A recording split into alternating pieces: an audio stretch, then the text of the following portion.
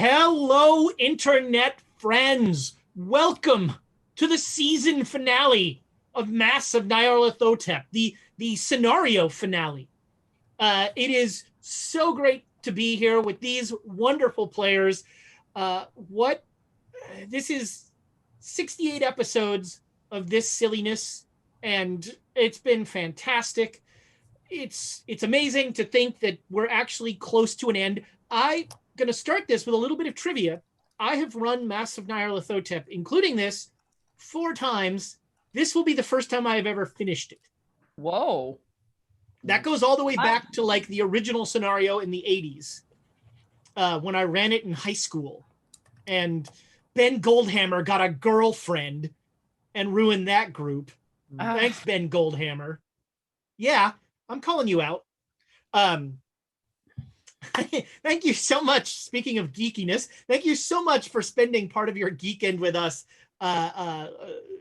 Really appreciate it. Just and the love and support of this community as we have tried to land this slowly disintegrating plane has been just fantastic. The community on Discord, the community on YouTube. YouTube is where I go for all the people who tell me all the things I got wrong. For instance, Little Lord Fauntleroy is not Dickens. No. Was not aware. Oh, I missed that reference. You know, my theater, my non-lit major background. So thank you, Maria Linde. I hope I properly pronounced that wrong, but she pointed that out. And then I think it was, I don't remember who it was, but somebody pointed out that battleships can shoot a really long ways. I don't know about the 20s. You know, that's the original ones I'm not sure about, but you know, we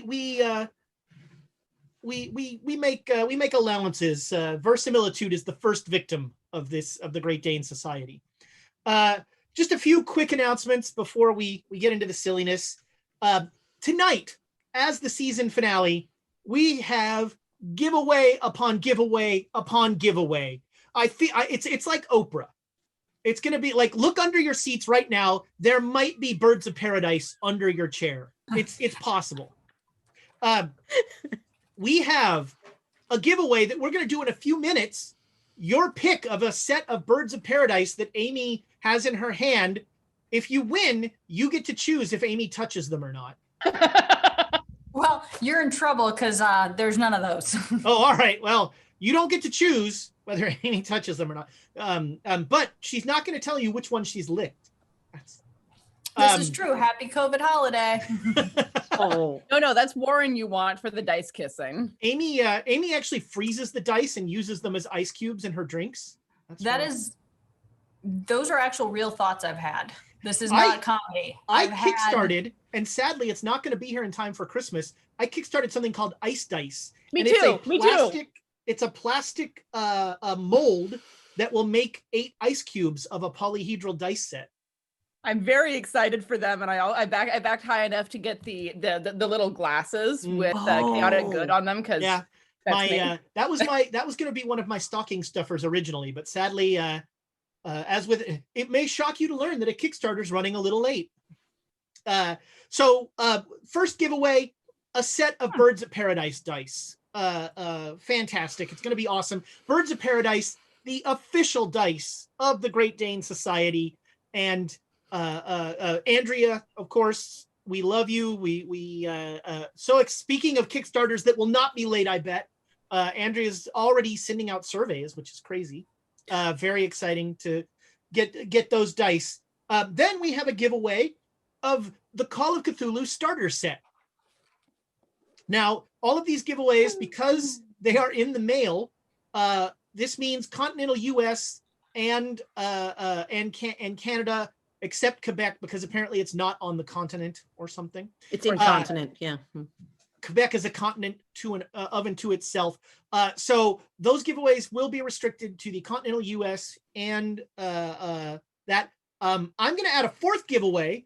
Somebody in Europe, this is only open to people who are not continental U.S., is going to get a copy of the Call of Cthulhu coloring book. Although poor Vladimir already has one, so it'll. And then the last giveaway is a calendar. I'm going to try and do this without my camera going totally out of sync. So this woman, who, if I were a good person, I would have gotten her name.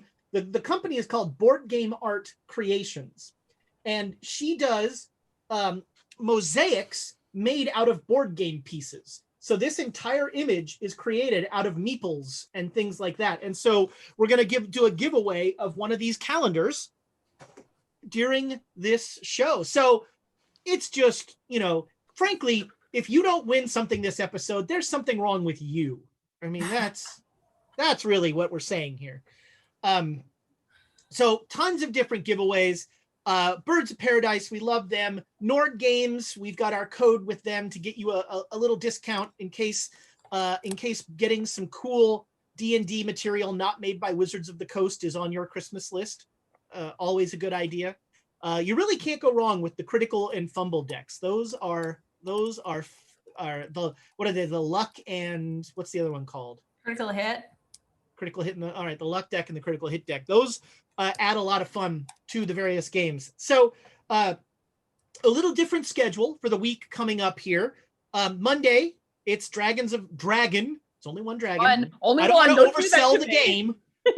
We don't have the kind of budget that comes with that can get multiple dragons. That's big stream money. But Dragon of Icespire Peak Monday with some faces here you might recognize.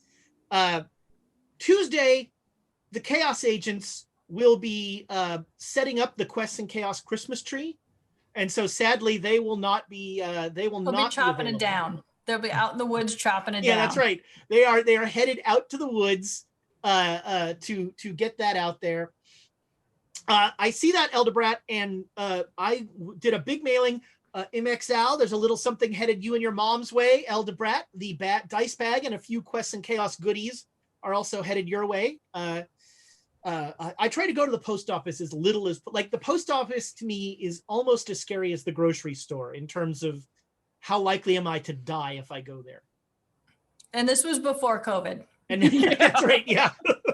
Before COVID, I was worried about getting shot. Now I'm worried, but so all of that stuff got sent out. So Monday, Dragon of Icespire Peak, no Chaos Agents on Tuesday. I don't know if they're back the next week. Thomas will say something in the chat, but no Chaos Agents next week, next Tuesday. Then Saturday, we're back for our double header. First at 1:30, Rime of the Frost Maiden. She will be dumping those fresh rhymes all over. And God, I can't. I'm too old to say that sort of thing. She's busting a rhyme or something on them. That's right. And then Saturday evening, we in a shameless ratings grab, we will be having our Masks of Nyarlothotep wrap up and clip show. So it's a chance for us to talk with you. I'll be opening the books up and answering questions the players have. You can ask me how much of this I made up completely on the spot. You can find out what was actually in the book, what's supposed to happen, how many hotels are supposed to burn down versus how many actually burned down. None of them, I'm sure. We'll be answering questions. We'll be talking about the campaign, and we'll have I know that on the Discord, there's already been a teaser or two about where we're headed in season 2, but we'll have some more concrete information about where we're headed in season 2. I think it's going to be fun. Then again, maybe it isn't. I don't know. I think it's what the hell do I care? So that is what next week looks like for us. After next week, the Great Dane Society will be off until the new year, until January, when season 2 will launch. We'll have one standalone, I think YouTube only episode. Amy, is that character creation? How do you guys feel about it? I mean, do you want to stream it? Do you not want to stream it? Does nobody care? I'm fine with streaming it. Question for the audience, right? Streaming it would be fun, I think. Yeah. They don't want to see that crap. I mean, yeah, they barely do. Watch this. There's a lot of people who want to know about the stuff we'll be talking about. So we may live stream. You know what? Go in the if you want us to live stream it, say something in the Discord. There you go. There you go. If somehow more than 10 people say they want us to live stream it in the Discord, we'll see if the monkeys on. What is this? Yeah. Well, now we're asking the big questions. I know, the real questions. I think we're going to do a primer on character creation, and we're just. I just surprised. That was the worst shocked face I have ever seen in my life. So we will be possibly live. Even if we don't live stream it, it will show up on YouTube. Yeah. But it'll be a chance to get to. We'll walk through the character creation process, and sort of you'll see us building the characters as we go. Wow, I've gotten the Barbara Walters filter going again. I have to lean in uncomfortably close to. Hi. There we go. Make love to the camera. Well, the camera keeps turning me down.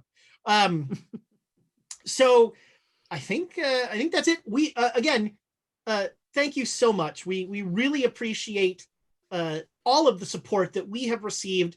I want to take a moment to thank all of the players who have made. I always say great players make a great game, and it started with the original Great Dane Society. We had Thomas as your good friend Jackson Elias, and then Dave McGillicuddy, I think it was. Yep. It was terrible. Of course he was Dave McGillicuddy. Who else would he be? Some other guy named Dave. The funny thing is, I forgot that cop's name like 3 times, and I think I made up like 3 different ones. That was the. So Thomas was there. We had Sai as Lady Jezebel. We had Rebecca as Professor Aldridge. We had Amy as Emma. I've only said that like 37 times. Yeah. And we had Tiana as Alexandria Hartford, the original Great Dane Society. And then we had the reboot where we added Nick as like 5 different characters. Stick around. He might have a new one by the end of tonight. We're not sure. Nick first as who was your Silvano, right? Silvano. It was Silvano. Then it was Flint, and then it was Dr. Hollister. And we had Julie join us as Professor Joan Lamb in the reboot, and Amy as Emma, as always. Yep, that's pretty much it. And Tiana still as Alexandria, and Tom as Donald. All of the players. Also Yusef. Oh yeah, Tom also is Yusef. That's right, his backup character, who, frankly, controversial opinion, I liked Yusef better than I liked Donald. I thought Yusef, like Tom's, the physical and like acting job that he did in Yusef was just fantastic. Like the way that he embodied that character. Yusef. I'd have fed that kid as much food as he wanted. Yeah, it was definitely an interesting split in my brain, because Tiana the player really liked Yusef. Alexandria wanted to stab him multiple times. Well, and he was properly afraid of. Yes, he was. The dagger lady. Yep, the dagger lady. So every player who was involved in this in a big or small way has made this the wonderful journey that this was, and I can't thank you and the other players who, for various different reasons, have shuffled off of the Quests and Chaos Coil. I can't thank you all enough, and let's watch Amy do math.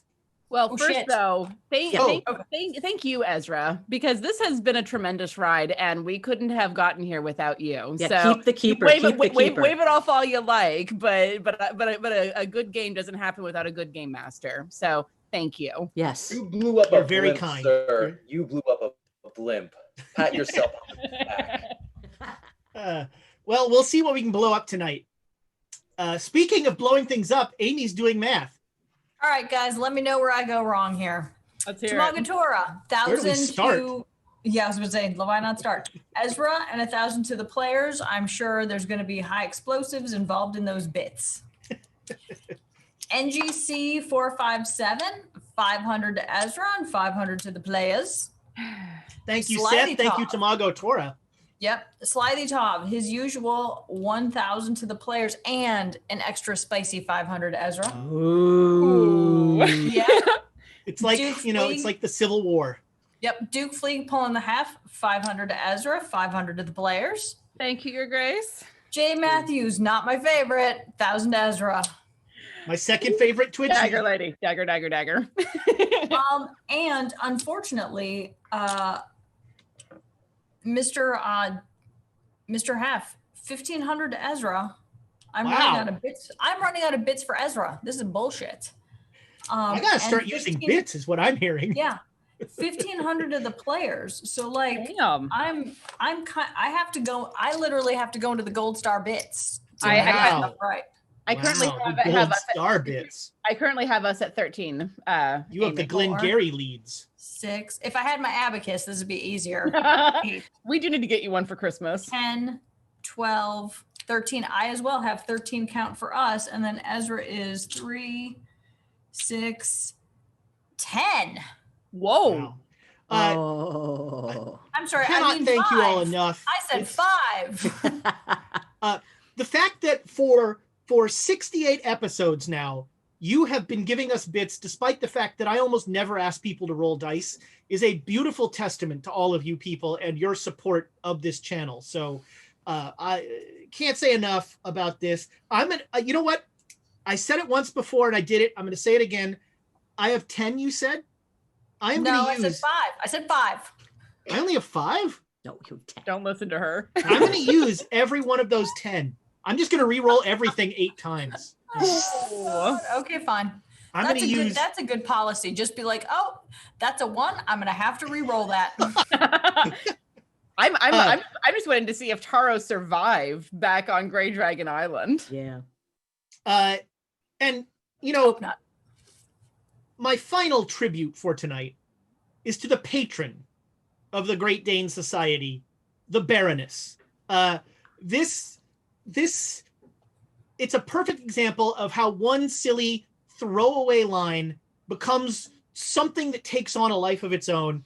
And the Baroness, who is as wonderful a person in person as she is virtually, has meant so much to everything we do. Back when people could be together, she was giving Thomas and Amy breaks on the board. She was helping run the program, the shows. She is the epitome of the sort of person you want to have around, the sort of person like, how can I help you? Yeah. Never thinking, like, to a fault, actually not thinking of herself. And I'm a better person for having the Baroness in my life. And I can't say enough good things about her. And never again will I walk in a room and not notice her. That is entirely true. Although I can walk in a room and not notice. I can be sadly oblivious. That is not. But the Baroness, wherever you may be, you are the best. Forever. Yes, happy holidays. Eternally, my favorite Twitch user. Squirrel, where are my bits? Where's my vengeance have bits? Forbidden her. No, I need to see some vengeance bits in here. Wait, now hold on. In defense of my lovely wife, she apparently had like as a squirrel will, she had stocked away some bits for the winter, and now those are gone, and she'd rather buy Christmas presents. That's fair. But bit trees are going to spring up in the spring, right? They're going to. You never know. You never know. Only if she's giving them to me. I just like bitter dead of winter bits, personally. Bitter spiteful bits. Those are my favorite kind. Those bitter bits. Break those off the Rachel. tree. That is it. Yep. So not to be undone, Dead Boy 42 has Dead Boy 42 and Mom in all caps has decreed for the season 1 finale 500 Ezra, 500 of the players. Wow. Thank you. Thank you. Thank you. Dead Boy and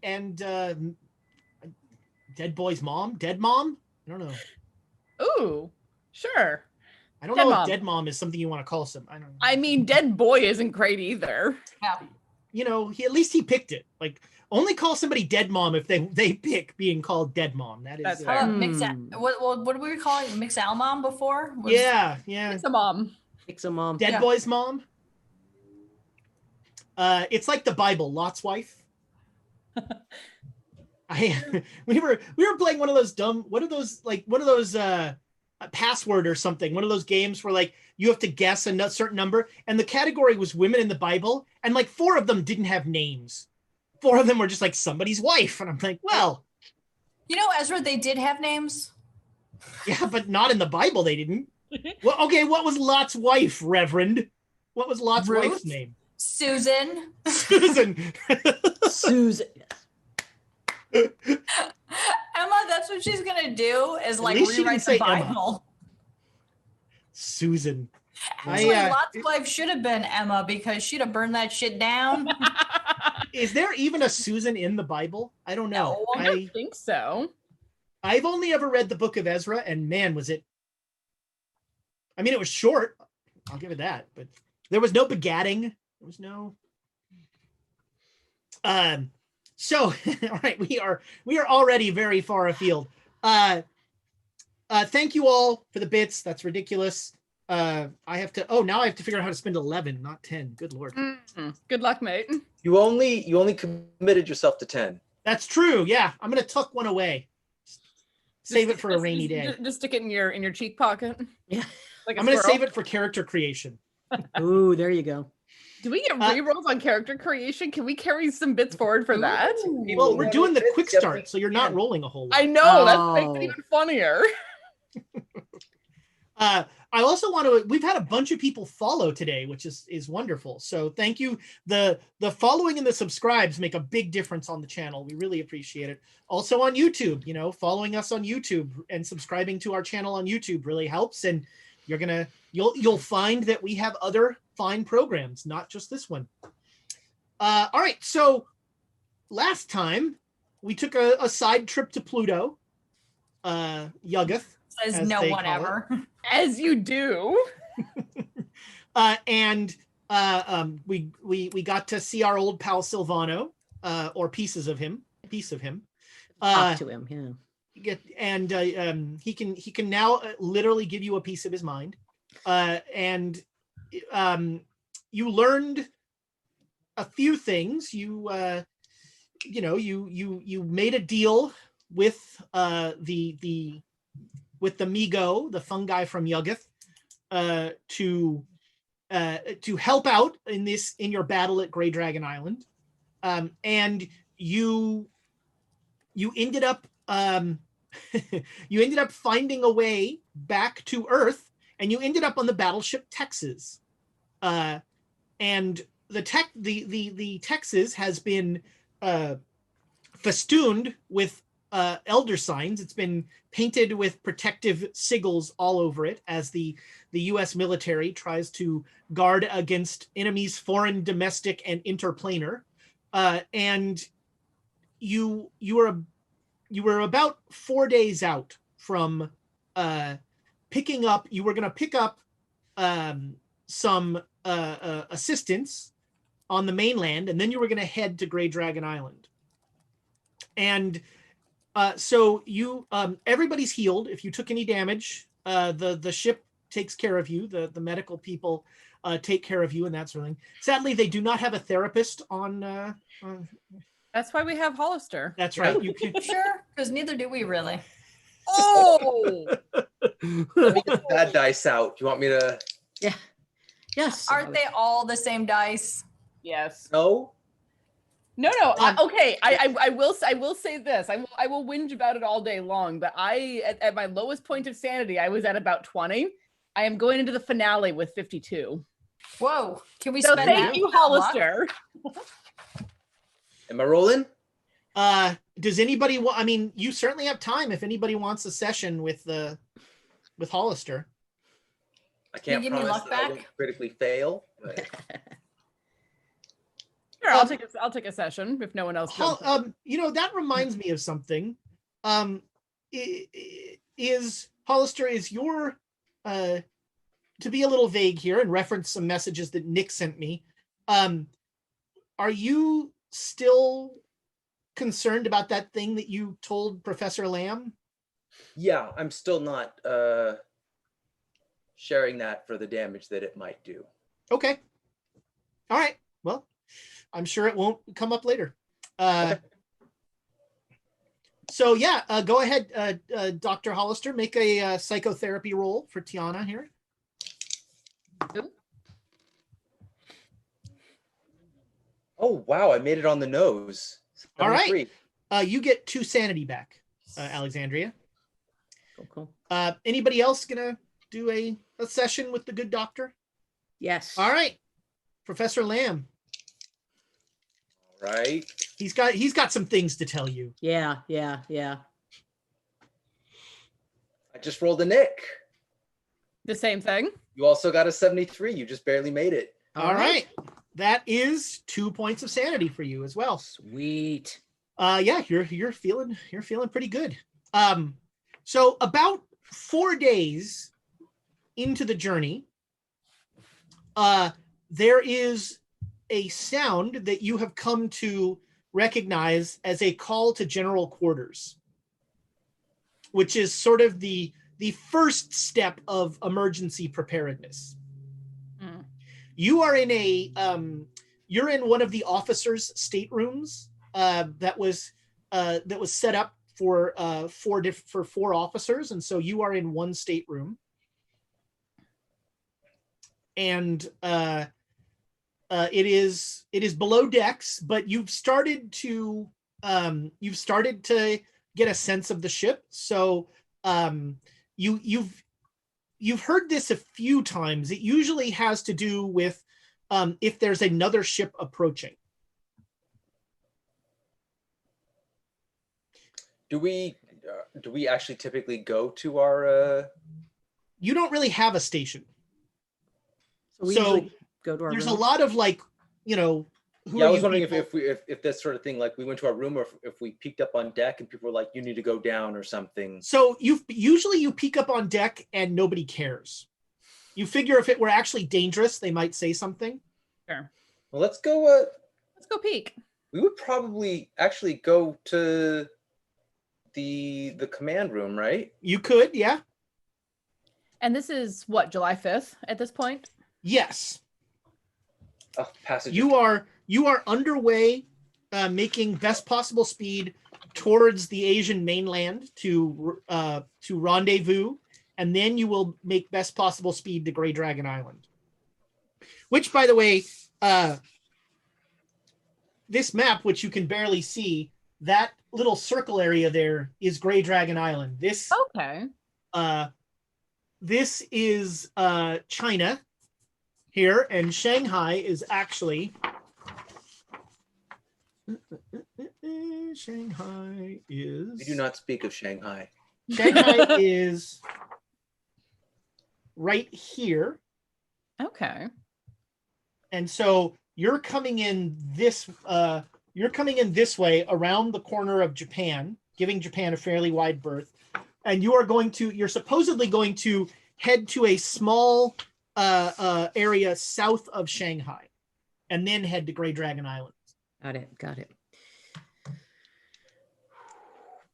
So you head to the command area, and it seems like this is a little more vigilant than it has been in the past. And as you come up, the captain, who did I name him last time? I hope I did. Captain Texas of the Texas.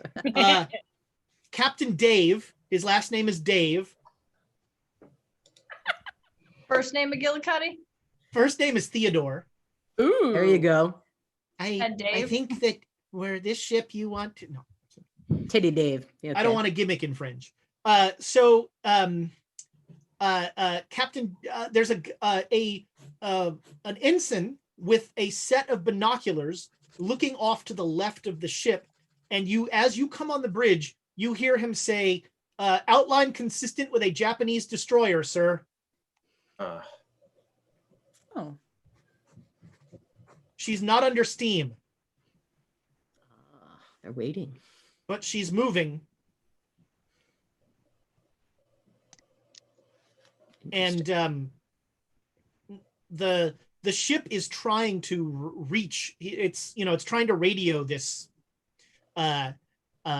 Naval doctrine holds that the ship. You don't want another ship getting within a certain space of you, and so they keep saying like Japanese unidentified ship approaching from whatever. Please pull to and identify yourself. And they're not getting any response. Are they preparing the fire on it if it gets close? They're not looking to fire on it, but they are definitely watching it. And it is definitely like making space with them. What's making space mean? It's pacing us? It is like it is moving towards you. And the ensign again says, "It's not under steam, sir." Yeah, is it? Wow, maybe it's not. It's being powered unnaturally. Is that what? Do we think it has a reactor? I mean, it may not have any power. How is it's moving towards us. So the Navy is, all the people on the bridge are ignoring you. Yeah.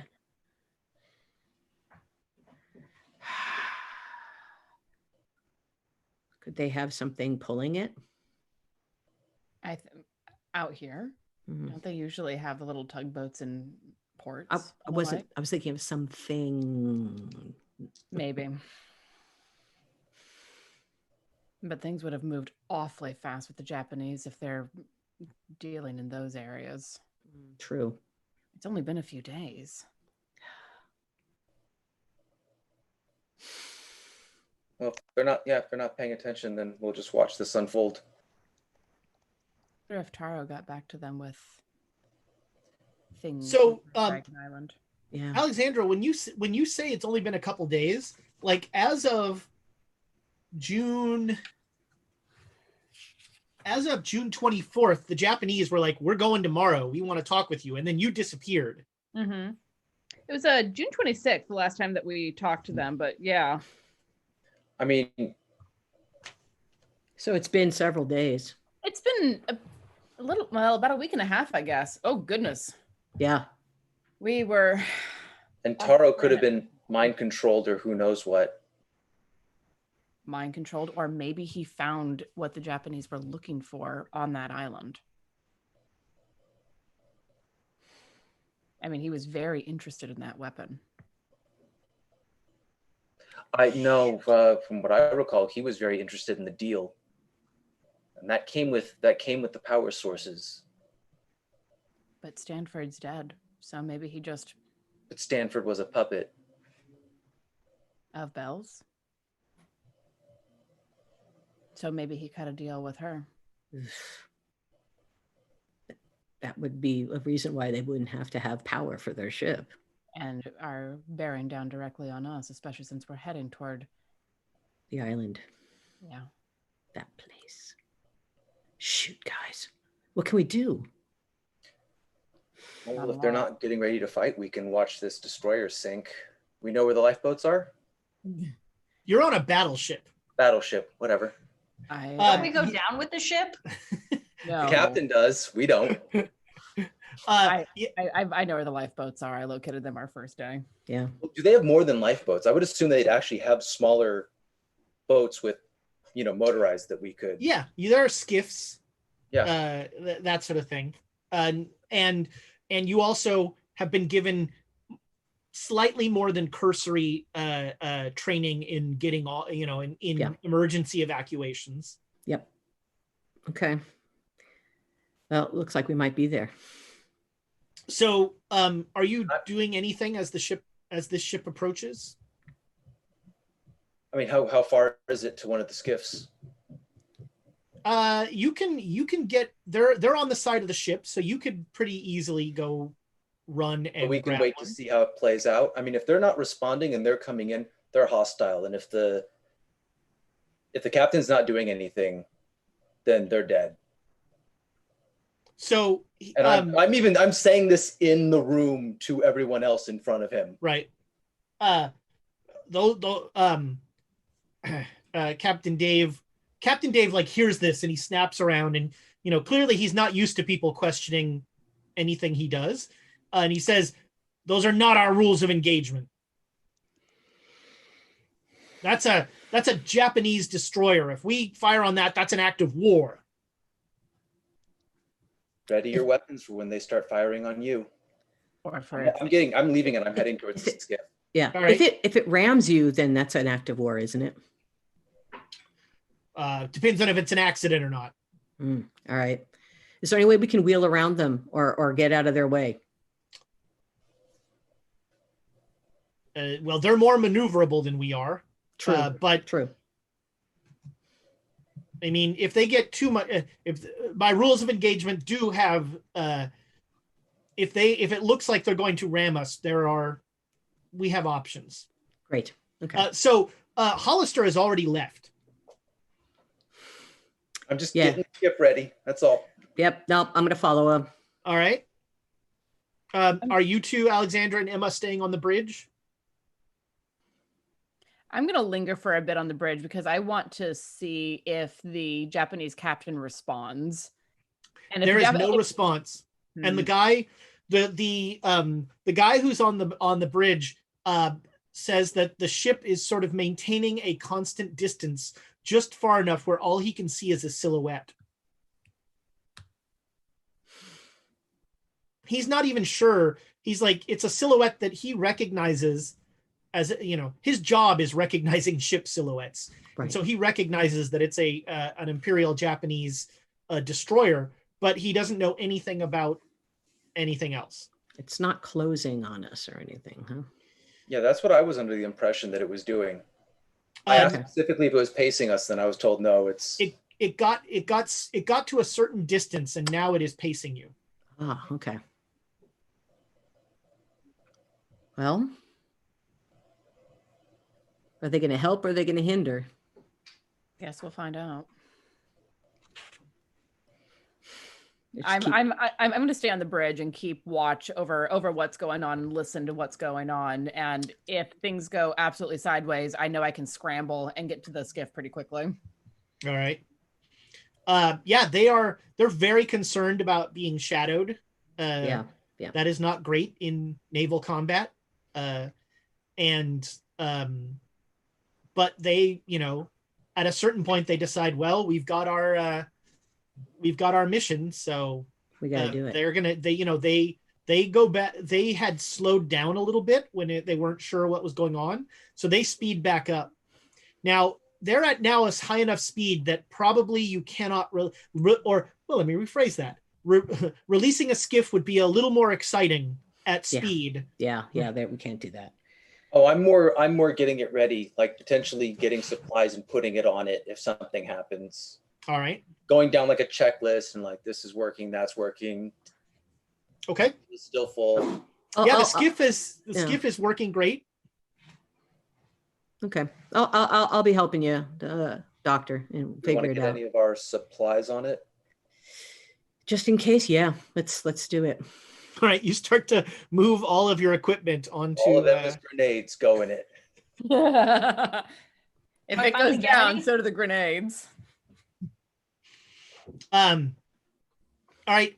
They remain at general quarters. So they're like at the lowest state of readiness. As long as that ship is shadowing them. Oh man. Well, I'm going to have a side talk with Hollister while we're doing this kind of stuff, because we've talked about the time magic and the research that I've been doing, and I'm going to tell him, it's like, maybe I can slow the boat, or I can turn the boat away, or if it gets down to it. Oh, not at this distance, right? No, but if it gets closer and down to it, we might be able to do something. You think slow them, envelop an entire ship? No, I was thinking of their motors or something like that, or maybe, maybe it's not going to work. But I was just trying to figure out there's some other ways I could use this. Well, I don't know. Have you played around with it all? Do you know what the range is? No, because I've been worried about. Well, I as far as I can throw, I've thrown a rock and see if I could get it to stay in the air longer. Well, maybe we want to set up some tests. I mean, there's a good amount of room on this ship. We'd have to do it someplace where people can't really watch. That's going to be hard in general quarters. That's going to be hard on a Navy ship. In our room, but then that's not very big. So anyway, it was just a thought. I thought I'd bring it up.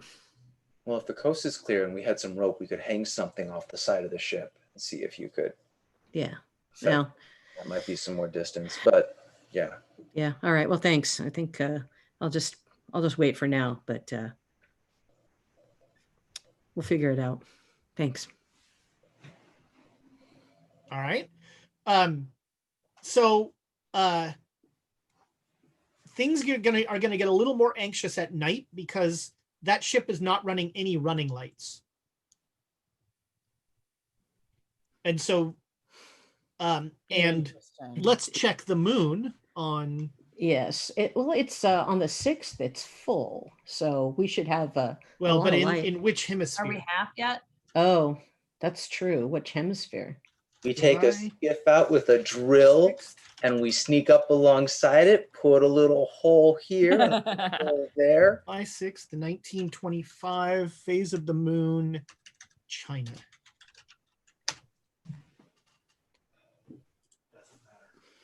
Fine, we'll bring gasoline and set it on fire, Emma. Yeah, I was just saying that's easy. Yeah. Is this for China? No, this is. Should we just sleep in the skiff?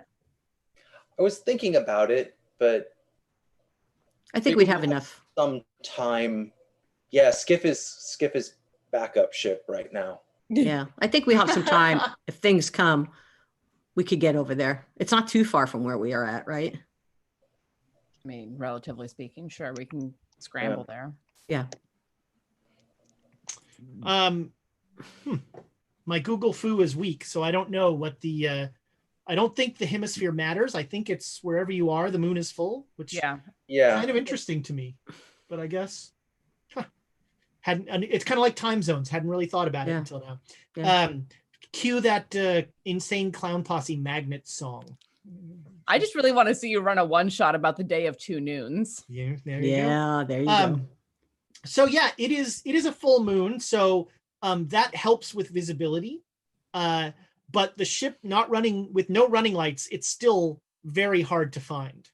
And it keeps slipping in and out of their vision. And so are you guys, you're going to sleep in the skiff? No. It's going to be cold in there. No, we decided cold in there. We decided that we could run there if we needed to. All right. So, are you just you figure that if they go on alert, there will be an alarm that will wake you up. Yeah. Or explosions. Or explosions. And the next morning, there's a knock on your door and there's an ensign there. And the ensign says the captain would like to see you. All right. And you're in the captain's study. There's coffee. Good. And the captain says that overnight the ship got a lot closer and it's apparently derelict. It was not running lights. There are no markings. It's not flying the Japanese flag. Does it have a name painted on the side? It does, yeah. And it's one of theirs. What's the name? I don't know. He gives you a name of a Japanese destroyer and a historically appropriate name of a Japanese destroyer in 1925. My big question is it the same one that we were on that was taken to pieces? No. Okay. It is not. That one I actually knew the name of. It was like the. Okay. Good. Yeah, it is not that one. No. Okay, that's good to know. What is the naval procedure if you come across another nation ship that is abandoned? Well, I'm inclined to investigate, and then let the Japanese know. but we can't really let them know until we're in port. We don't have that kind of radio range. Also, there's our timetable and our primary mission. Of course, but if there's anyone on that ship in distress, we need to help them. Would you like us to accompany some of your men over there to the other ship? That would be great. Yeah, I'd love. It's clear from my orders that you people know things that I don't know, like why we painted my ship like this. And so, I think if you don't mind, I'll send you with a squad of Marines. Sounds good. Certainly. All right. So, you hear them, like the ship starts to slow, to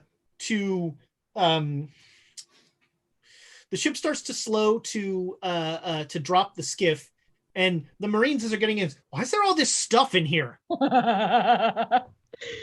We have our own things that we need to bring with us. That is a lot of alcohol. It's flammable. That's terrible. So the skiff starts to head over, and you are approaching this ghost ship. It is completely silent. And none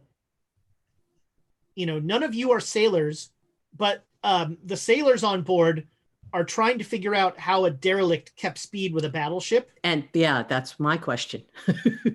And so there are 8 Marines and 3 sailors that are manning the skiff, and they have like a hook ladder that they hook on the railing, and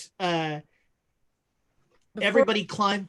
Yep. Well, before we go climbing up, I just want to look at them and go, just as an FYI, if you see something green and glowing, stay well away from it.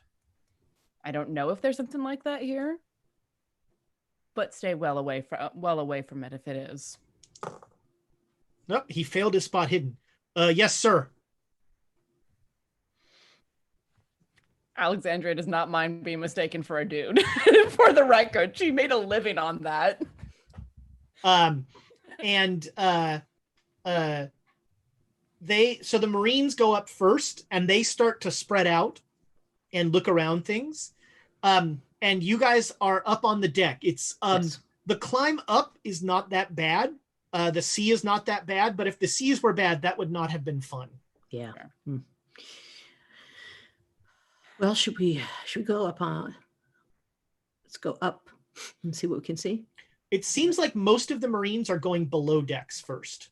Do we want to go check the command station first? That's what I was thinking. Yes. All right. Yes. So the leader of the Marines, the sergeant who's leading the Marines, and one other Marine are heading up towards the bridge. Okay. As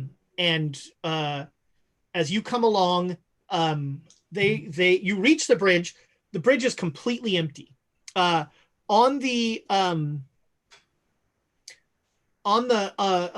There's in the map room, which is sort of behind the bridge, is a map of a route from Japan to Grey Dragon Island.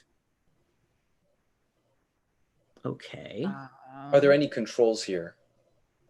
Yeah, the bridge it's a normal bridge. Yeah. Yeah, can we try stopping it? Do you know how to operate a vessel? There's and on the skiff. I mean, it's just further problem. It's all in Japanese. Yeah. But it is under power. We are moving. You are moving, but you don't feel the engines. That's what I was worried about. I was worried about something. Which is why I warned them about something green and glowing. Yeah. Yeah, they'll figure out the deep ones on their own. I was not going to tell them about fish people. No. So the bridge is eerily silent. There is no one here. There's no signs of a struggle. There's no... Can we, I mean, just looking at it, can I tell if there's levers that are on or off? It looks like everything is, most things have been, there are some lights and things that are on indicators.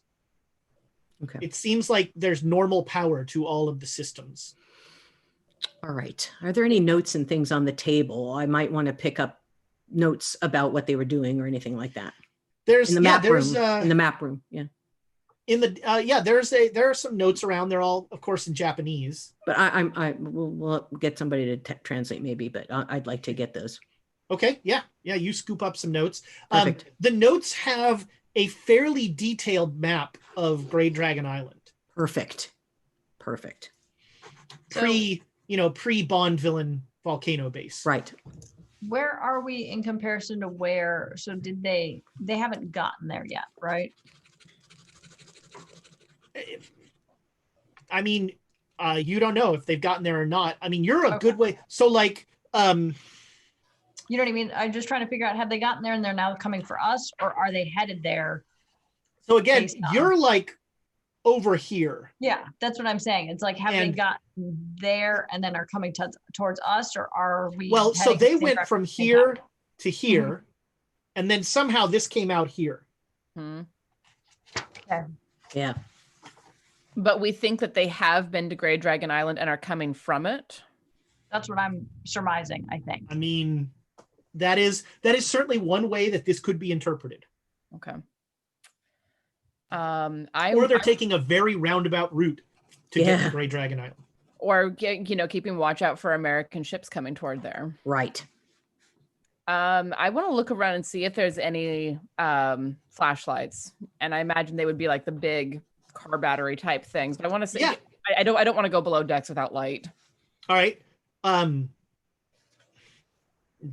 There's no problem. You hear every once in a while Marines like down below, like yelling out things and that sort of thing. No, but just really they clearly have a system wherein they check in every X minutes. Good.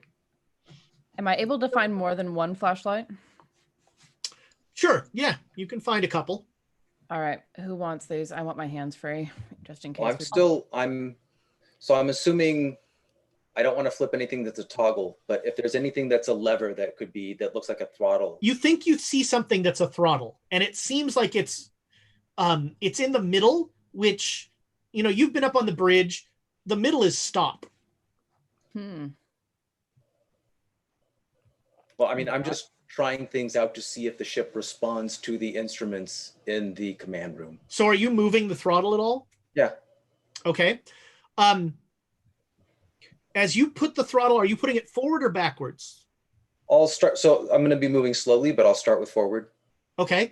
So, yes, the ship hums to life with it's a very different noise than the ship you're on, which is a deep rumbling.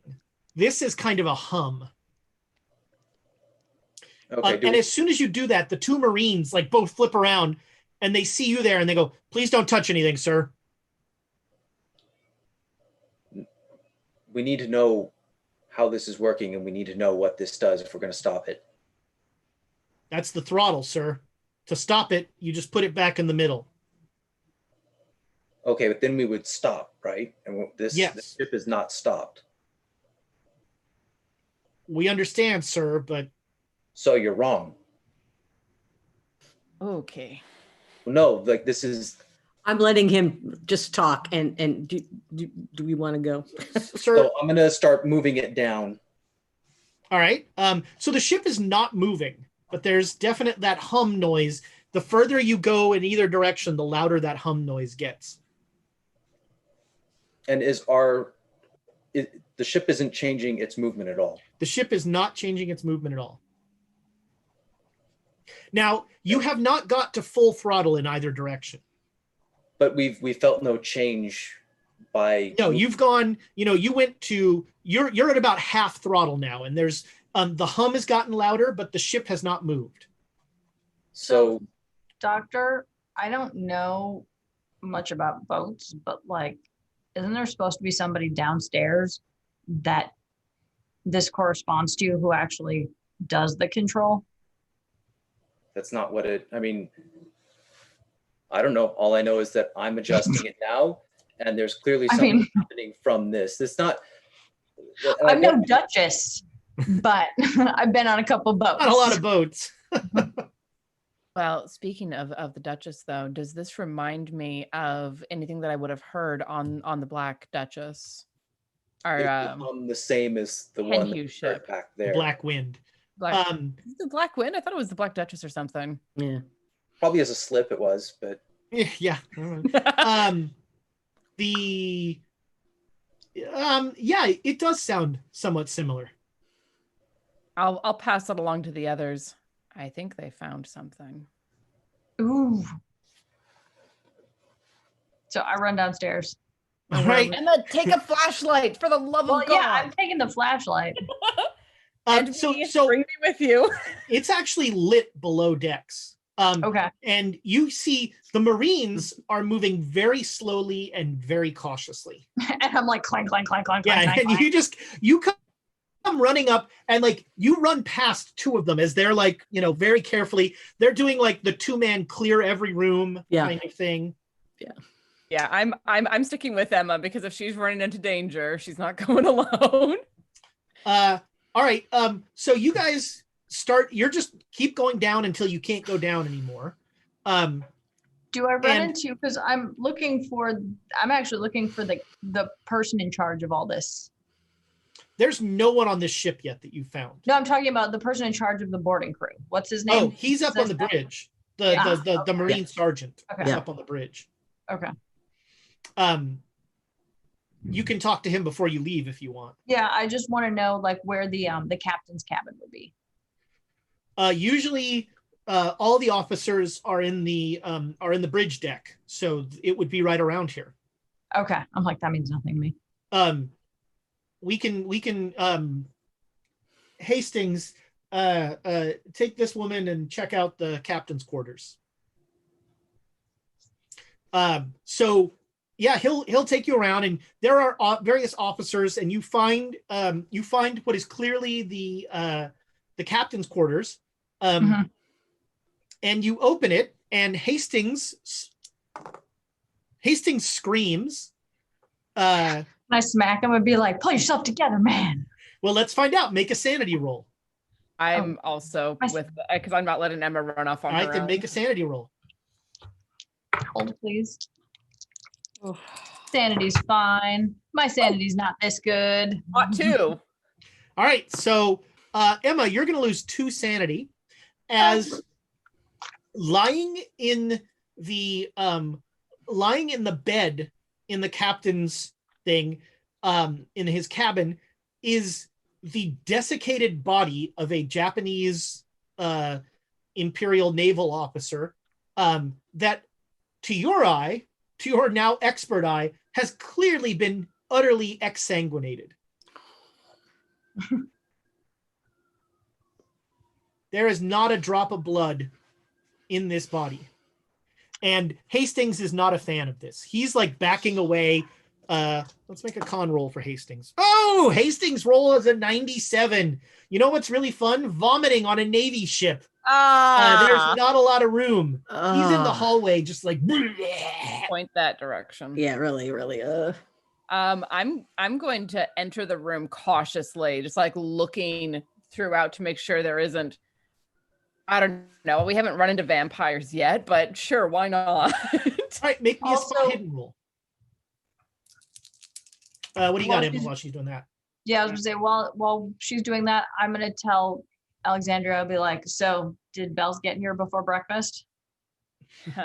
Maybe. I got 86 and I failed that. All right. Yeah, everything's fine. I was waiting for that sentence. Is there any sigils on the doorway? That's what I'm looking for. You don't see any sigils on the doorway, but now that you look for it, you see in the bunk of the captain, it looks like he was writing something as he lost all his blood. No. Does it look like does it remind me of what's her name? Oh God, I cannot think. No, of it's not like Agatha. He's not still Okay, writing. This was something that he wrote as he died. Okay. And the weird part is it's in English. Oh no. What does it say? Edge closer to look. I have a dagger in my hand because that's how I handle situations. I memorized explosive root. No, oh, that's an old D&D joke.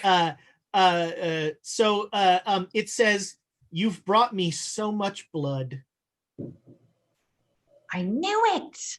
Else.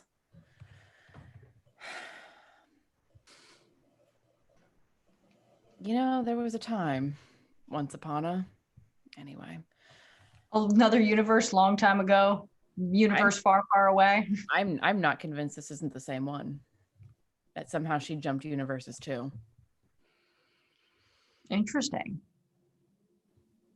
I mean, I don't have anything to go on with that, but a hunch. At this point, everybody on the ship, you two, Lamb and Hollister on the bridge, you heard the scream and then the vomiting. And now you hear yells from below decks of the Marines as they are essentially they're relaying a message. And when it comes up to the bridge, you hear an officer he busts in, "Sir, we have a survivor." What? Don't trust it.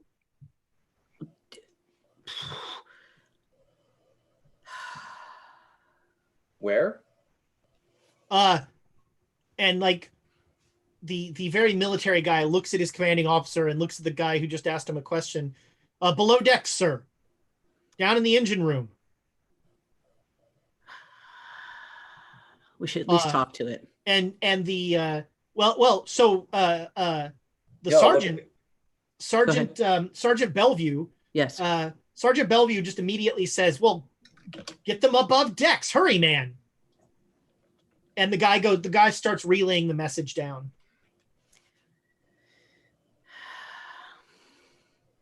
We have to talk to him, no matter what. Assuming he speaks English. I guess you two head back into the bridge. So the four of you are together. Are you gonna start heading down, following the relay of the voices, or? I'm gonna wait till they bring it up. I'm not going down there. All right. And we pass along that it's definitely Bells. Mm-hmm.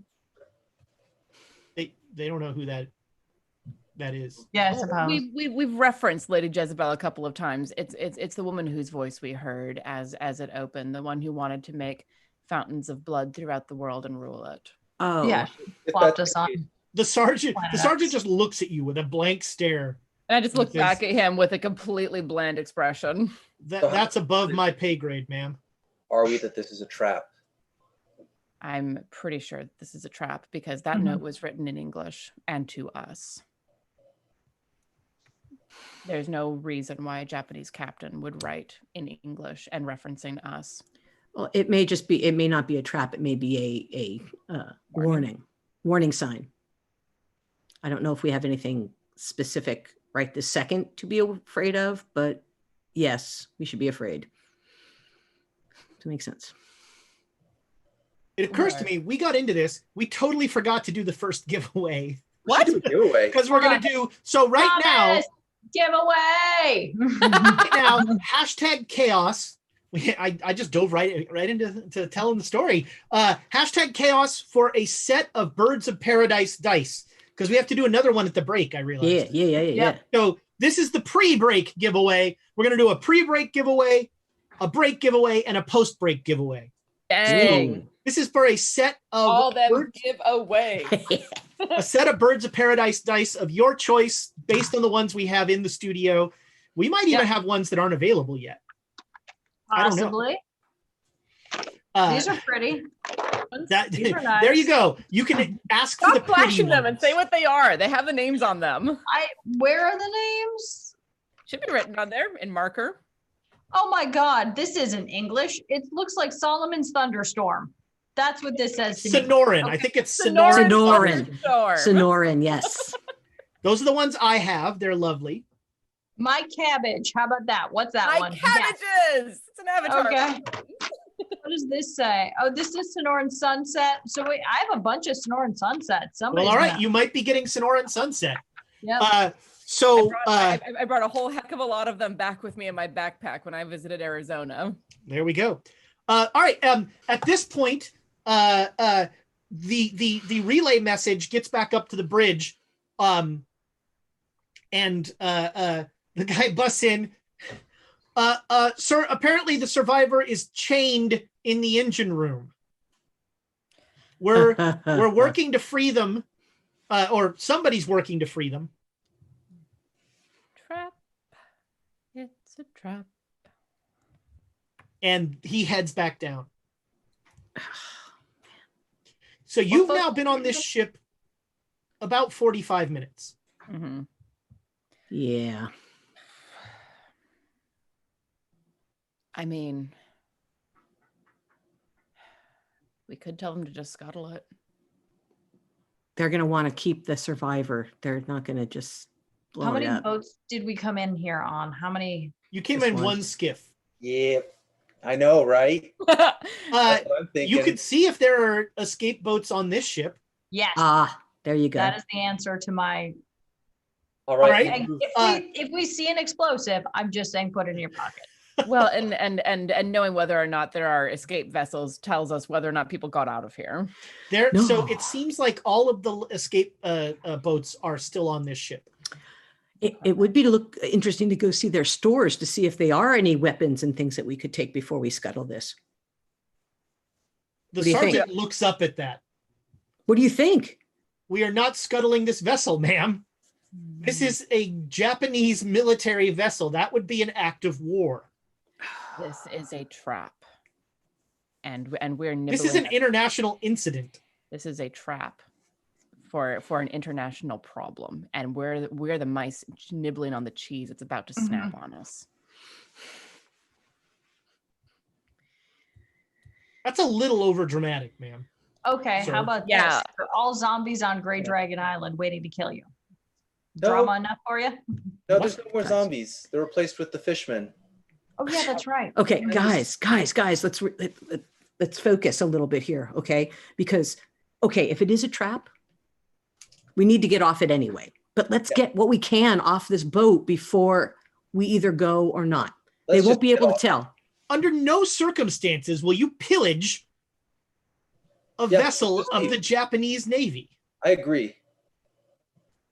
Let's just go. All right. All right. I'm used to being able to rescue items, so that's where I focus. That word may mean something different to you, ma'am, than it does anywhere else. None of this belongs to us, and it's important that you remember that. I don't want to start a war with the goddamn Japanese because you wanted some rice. Rice.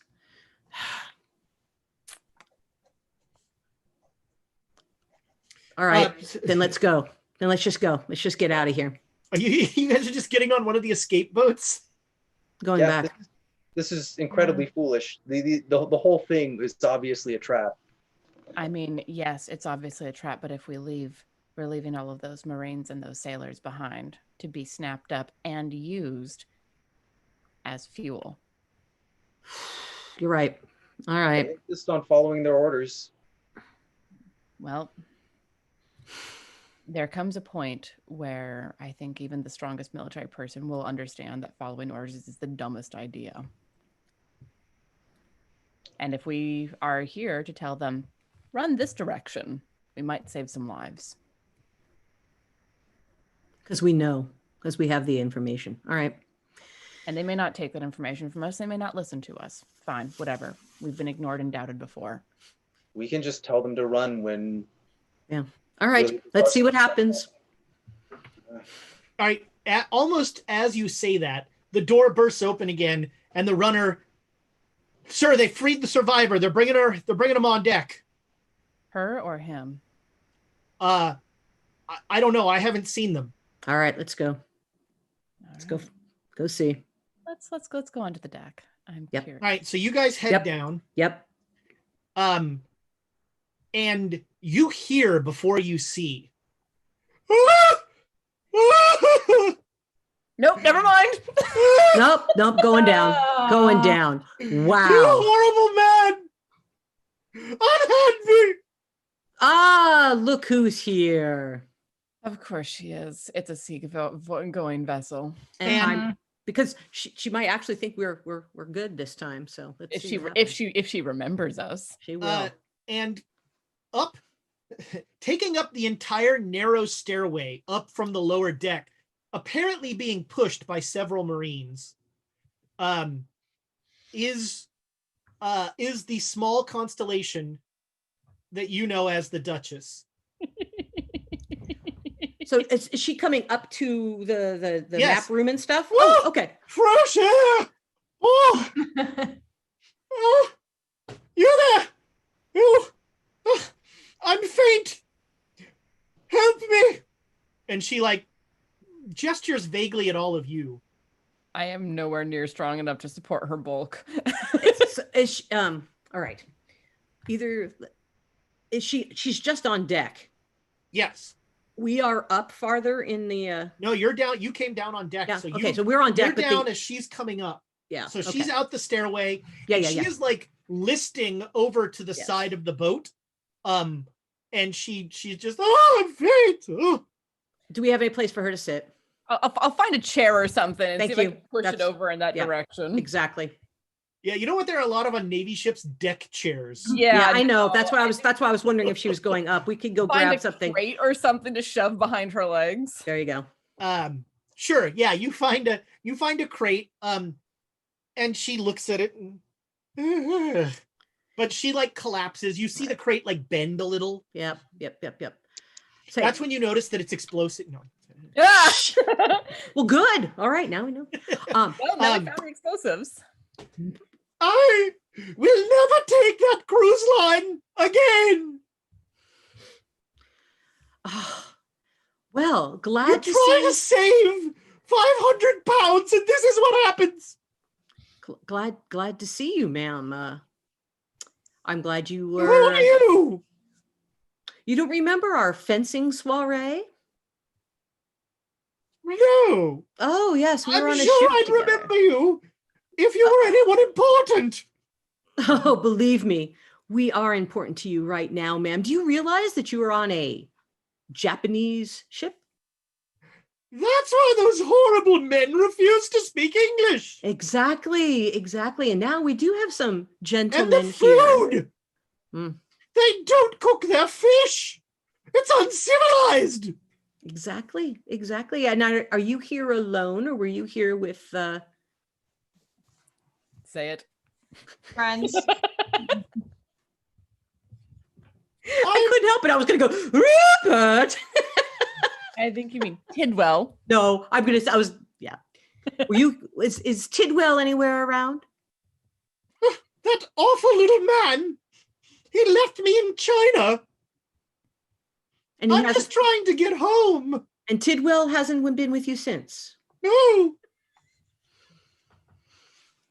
Check the shadows. Yeah, I'm watching the shadows too. There is no sign of Tidwell.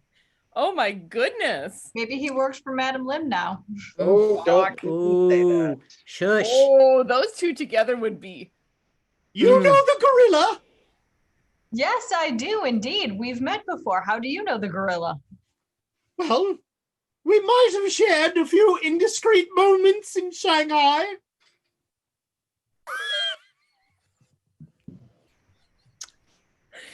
I see how deep her devotion goes. Yeah, woo. Let's not kiss and tell, lady. She So had a certain magnetism. yes, some of us knew that. Mhm.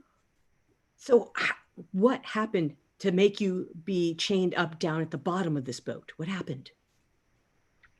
I woke up here. I was making a deal in Shanghai to be taken back to America. You know, I make my home in America now because it's so much more civilized than England.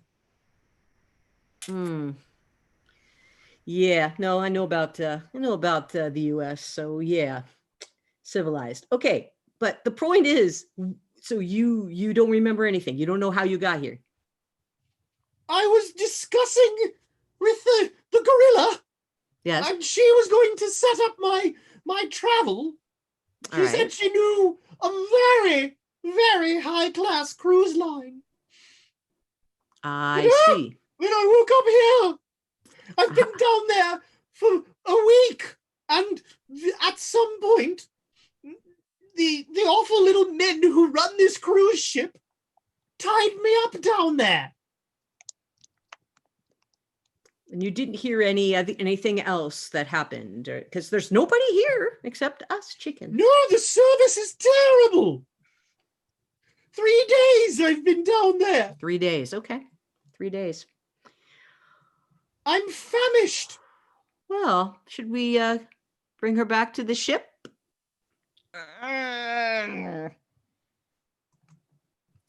Yes. How much do you hate the captain? Do you have a better boat? Or can any of you sail this boat? We can't. It belongs to the cruise line it belongs to is going to come and get it. So we need to well, I shall have a harshly worded letter to the owner of that company. You can make no mistake. I look forward to seeing it. Yes. But for now, since we're in international waters, our friends at the Navy are going to help us get back. So are you willing to accompany us? Are we going back to America? Well, we have a couple stops to make on the way. Oh, I do love a multi-stop cruise. I am not feeling generous toward our naval friends. So should we have them take her back first and then we... Yes, go ahead. Spring her on the captain. That'll be fun.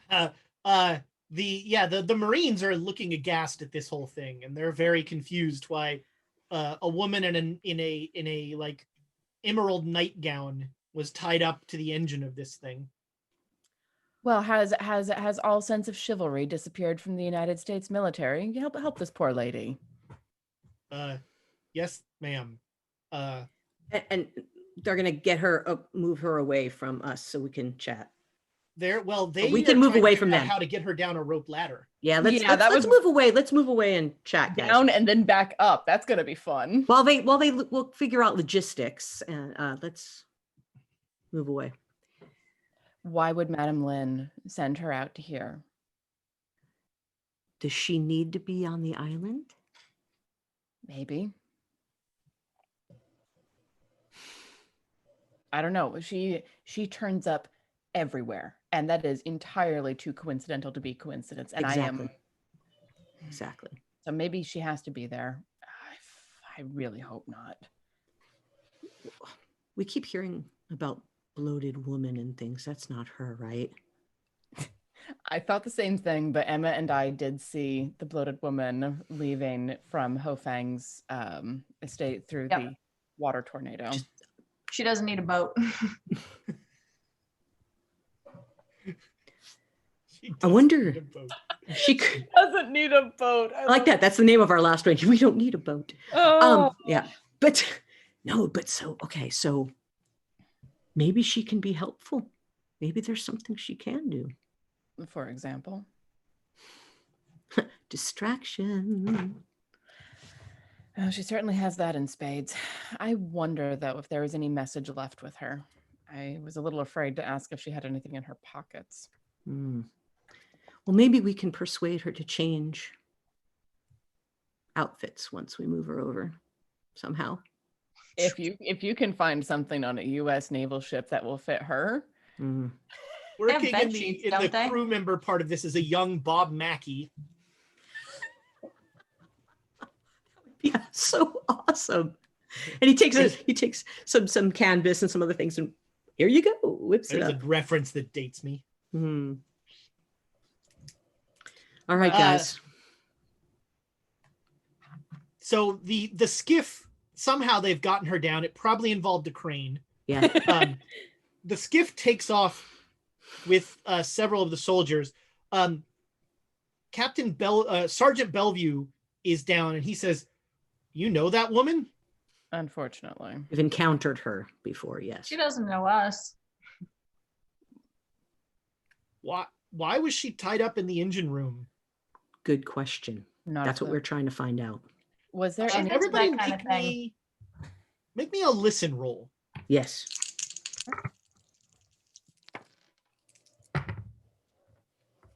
Can I get 109? How do I get a 10 and a 9? How's that work? It's that set of birds. It's a 19. 19. Okay. So yeah. Okay, I got a hard success on my list, and I got it. I 29. also got a hard success. All right. Anybody who made the roll, the humming has stopped. Oh, was she the power source? I was just wondering that. Yeah.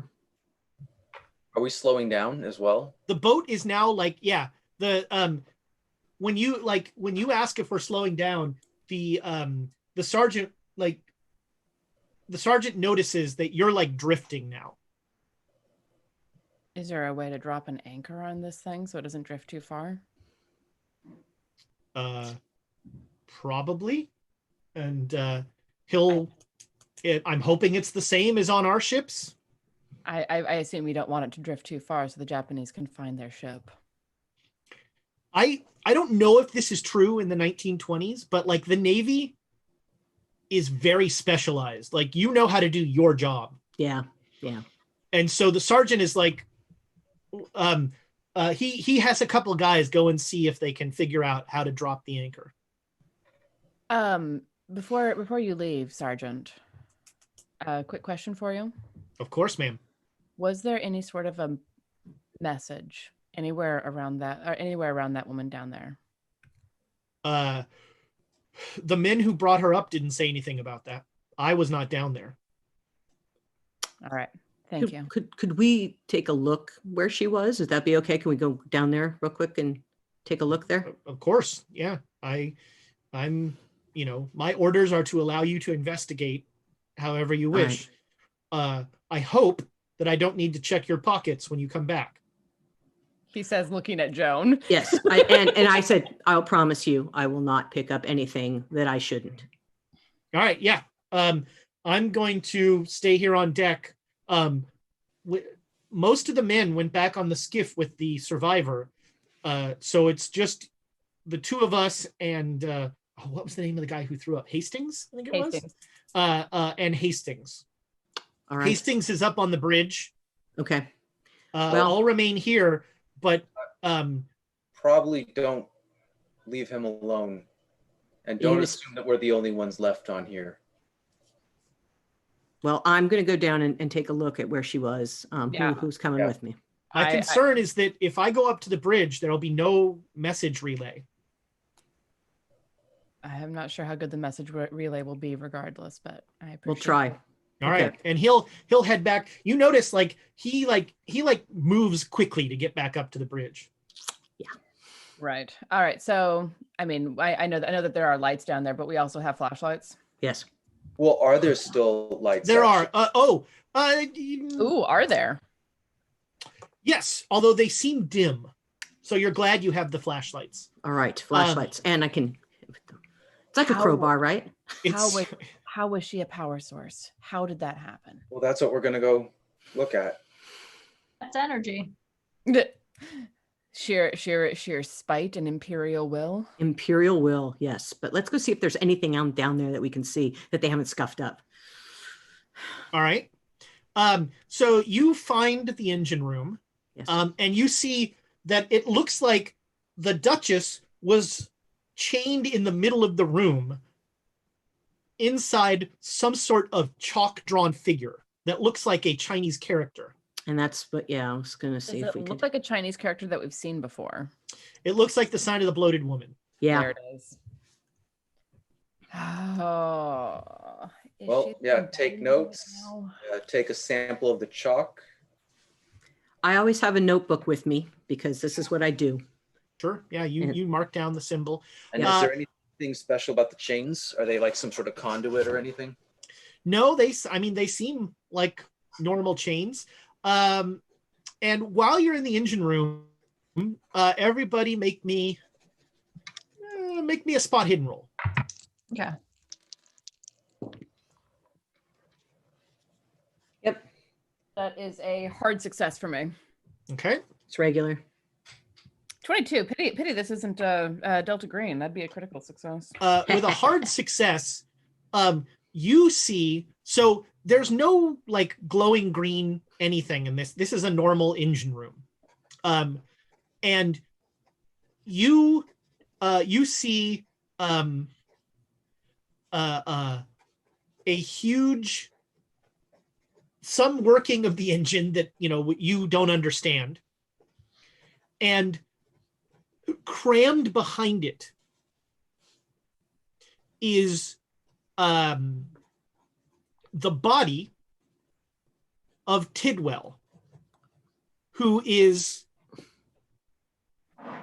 bolted to the side of this engine, and his throat has been slit, but it's been slit in such a way that his blood was like dripping out very slowly, and his blood was going into some sort of stone bowl on the floor. He's quite dead. Son of a bitch. But the stone bowl is still there. Yes. I'm gonna reach down and just like touch it with my fingertips. Not picking it up just yet, but like touching it very gently. All right. Yeah. It seems like a rough-hewn stone bowl. Joan, have you seen anything? Fair warning, there's a dead man over here. But have you seen anything like this in your expeditions? There. All right. I look and I'm, oh, Tidwell. I mean, this seems like some sort of blood magic-y thing. Yeah. But does the bowl look like anything? I mean, you can make a Cthulhu mythos roll. Sure. That's where I'm at right now. Have fun. No. Sometimes a bowl of, it's, as the great Sigmund Freud once said, sometimes a bowl of blood is just a bowl of blood. Are there any sigils or anything on it, or is it just a rough? Nope, it's entirely unadorned. Is it? I wonder if I could reuse it.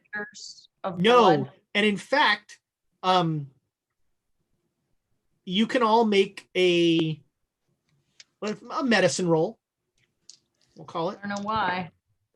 I'm not even going to bother. My medicine's a 1. 55. I don't have anything. All right, Hollister, you look at the bowl, and there's no way that, given the position that he was in, there's no way that blood should have been pumping out of him the whole time. If he would have died before that happened. And B, there should have been a lot more blood overflowing from this bowl. Shoot, I would know that. I know how much blood is in a body. You usually don't stick around for all the blood to come out. Depends on where I slash, but sure, fair point. Yeah, I probably shouldn't take it because I was going to say the opposite. Well, I was thinking if she might be able to if it's hers, she might be able to feel it. I think we should dump it in the ocean. Yeah. I mean, then we're just giving it to the deep ones. I mean, we are on a ship that has a giant elder sign on it, so do we tell our friends upstairs about our other friend down here? Burial at sea. Rest in peace, Tidwell. So the engines are down here. Is there a furnace that seems to be lit anywhere? Yeah. What do you say about burning the blood? fire. Yeah. I mean, I don't want to bring the blood with me. Well, and fire cleanses things. If there's a connection, it might destroy it. And do we want to put Tidwell there too? Depends on how big the furnace is. He wasn't originally going to be there, but then you said his name 3 times. So it's our fault. Yeah, it's on you, man. So I mean, everything's our fault in this game. So are you giving Tidwell the Viking funeral here? Yes. Yeah. All right. But I'm going to start by very carefully carrying the bowl of blood over and putting it in so that gets burned first, and then assist tipping it, right? We're keeping the bowl to get an idea of what happened. I don't think so. If you want to study it now, because I'm getting rid of it. I think it's. Can we see what kind of stone it's made out of? Looks volcanic. I would imagine it looked like a obsidian or lava something? stone. Yeah. And if it's possible, I'll pour the blood into the furnace, but then I'd like to smash it on the ground to see if it breaks open and there's anything I can see. All right. After a few smashes, it cracks open. The bowl looks. The only thing that seems remarkable about it is that there's no dried blood in it. Somehow, all the blood that was in it stayed wet. Given how long that's been happening, that's incredible. Yeah. Literally incredible. All right. All right, I'll pour the pieces in then. All right. All right. It burns. You say a few words for our fallen friend. You deserve I better. met him once. All right. Yeah. And I think that's where we're going to go to break. So before we go to break, let's go ahead and draw for the first, the Birds of Paradise. Thomas, drawn for that? Amy's using the intercom. Yes. So last chance, #chaos to win those Birds o' Paradise dice. Apparently, Thomas just opened the door and said, Duke Fleeg. Hey! Apparently, Duke Fleeg has won. Congratulations. Congratulations. Which do you want? Sonora Desert or Cabbages? There really is a set of dice called Cabbage. My cabbages. That's what it's called. I mean, I think they're pretty. I think the cabbages are quite nice. Yes. I was not kidding. It is an Avatar: The Last Airbender reference. Well, there you go. All right. Well, congratulations, Duke Fleeg. That's for the first giveaway. Now we're going to do it again. So we're going to head to break. This is for a Call of Cthulhu starter set. So #chaos. And we will do this drawing after the break. So we'll be back as soon as 5 people can use 5 bathrooms.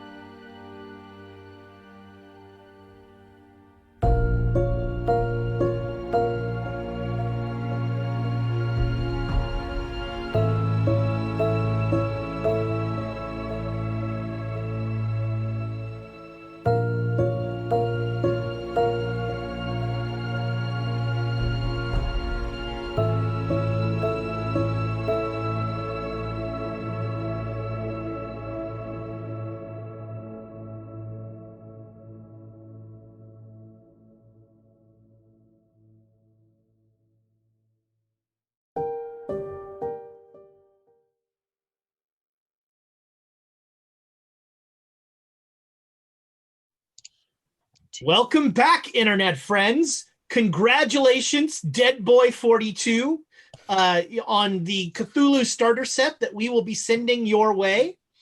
You and your mom can go through it, and there are now, I think, 3. Chaosium has 3 solo adventures that they've put out. Alone Against the Flames, Alone Against Something, and Alone Against the Tide is the newest one. But that's a great way to do it. And the starter set has everything you need to get started. So I look forward to hearing how your mom does in The Haunting. Ooh. Look out the window. It's fun. Spoilers for The Haunting. All right. So the Duchess is now aboard a battleship, and the skiff comes back after you have burnt Tidwell, and they figure out how to drop the anchor after some time. And the sergeant is like, all right, we're all heading back. All right. Oh, Talonsaurus has played The Haunting before. Oh. I mean, He knows. It's pretty iconic. It is. So that has been the adventure in the back of the book since the very first edition of Cthulhu. I have like 5 different versions of The Haunting. I mean, of course you do. That are all pretty much the same. Although, I don't remember which one it was, but there was a Kickstarter that one of their stretch goals was they did an updated Haunting, and they like added all this backstory and things like that. Kind of cool. All right. So they once they've got the anchor down, they're just going to note down the position of the ship and head out and let the Japanese know when they get into port. Okay. Before we left the engine room area, I would have like scuffed out as much of that chalk circle and all the rest of it as I could, because I don't want to leave that for the Japanese to find. Sure. Yeah, what about that blood message in English too? That was in a notebook. I thought we took that. It was a piece of paper. The guy was just writing on a piece of paper, but none of you have taken that. If you want to, you're welcome to. I'm hesitant because I remember Stanford, so I would take it very gingerly and set it on fire as soon as I had a match. Or a boiler room. Yeah, you throw it in with you throw it in and you burn the message, no problem. Perfect. All right, so what follows is 3 pretty miserable days of the Duchess being very unhappy with the service on this cruise line. She bemoans the lack of recreational activities. Oh, we can't have a sword fight, huh? She does not have there are not a lot of swords on this ship. And she is in a stateroom across from you, and you can hear her through the walls usually. Every time someone brings her food, she complains about there's a lot of asking to speak to people's managers.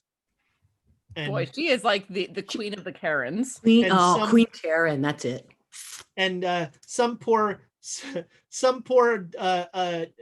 attaché having to explain the chain of command to her, as you know. And so 3 days later, you dock in Shanghai.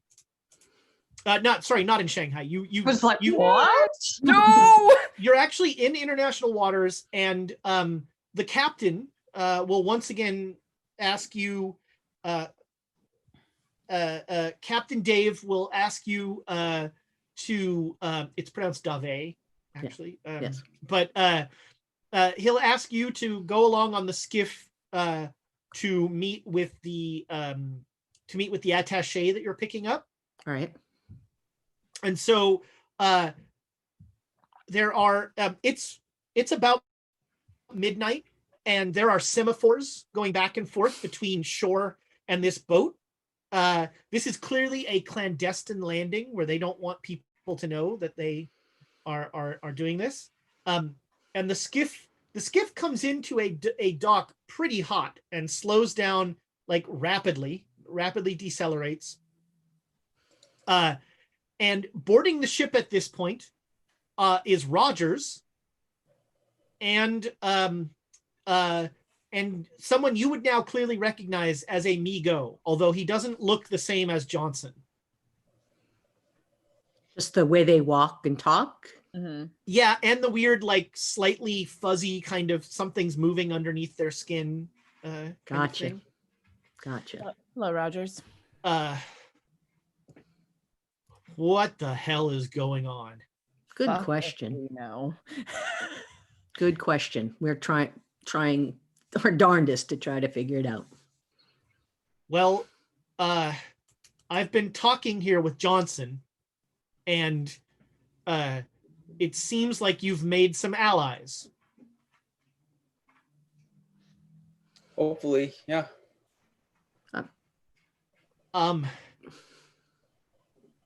I've made clear to Mr. Johnson, just Johnson, please. Right. Johnson. I've made clear to Johnson that this is not any sort of treaty or agreement between our peoples. And he seems to understand that. I've got some assistance for that'll ready for the island. Whatever Delta Green can give us is going to be ready to go. We're less than a day away. Is there any reason to delay? He's talking only to Hollister at this point. Like, the sergeant is just wondering what the hell's going on. Is there any reason to delay?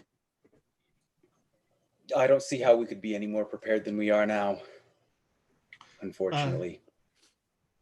All right, Johnson, we're going to be at Grey Dragon Island in about 7 hours. Have your people there? Do we have any better idea than an assault? Should we just blow the whole damn place up? We've got a battleship. Can we do it from more than 20 miles away? No. Because that appears to be the blast radius of the warheads. And also getting back onto that island after the warheads go to seal what needs to be sealed. Yeah. Be a trick. Well, is there any reason we can't blast the hell out of the beaches? I don't see any reason why not. Do you? I mean, geez, I remember that the rocket was actually over like a pool of lava, right? Yeah. But the warhead wasn't attached to it, so the rocket would be the only thing that would potentially fall in if there was any sort of, beaches. As long as we're careful not to hit the actual mountain on it too. Not mountain. What is it? A mountain? It's the volcano. Yeah. Volcano. Volcano. We can't. We need the volcano to be intact. All right. Well, I mean, it's pretty standard naval doctrine. They can just lay down a bombardment on the beach, hopefully get rid of anything that's on the beach. And hopefully we're more worried about the wooded area. Well, we can clear that out as well. Cool. Good. We'll get the beach and then into the wooded area. And then the complex itself is basically in the volcano. Johnson kind of steps forward. Hello, regular Earth humans. When your bombardment is complete, we will enter the base proper and begin to secure the weapon.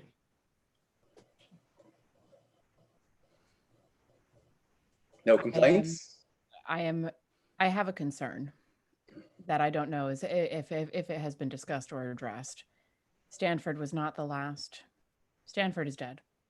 But Stanford was not the last of what was controlling things on that island. There is a woman named Lady Jezebel, and she does blood magic. Serious blood magic. Serious. We found an exsanguinated Japanese officer on a Japanese destroyer on our way in, and the place was deserted. She is gathering blood, a lot of blood. So she is going to be the wrinkle in all of this. She is Very powerful. Do not underestimate her. Aldridge has told me plenty about this Jezebel character. And if anything, Octavia might have undersold it a bit. I mean, she doesn't understand this whole blood magic nonsense, and neither do I. I don't understand it, but I know that it's more powerful, and we've very seen real. We've seen what normal magic can do. Blood magic is normal magic on cocaine. As a bonus, we do not contain blood. That is very helpful. Bonus. So, I agree that an assault is probably necessary, but I worry that blowing the hell out of everything on the island, as necessary as it is going to give her more blood to work with. If we blow it up, though, she won't be able to collect it per se, correct? Depends.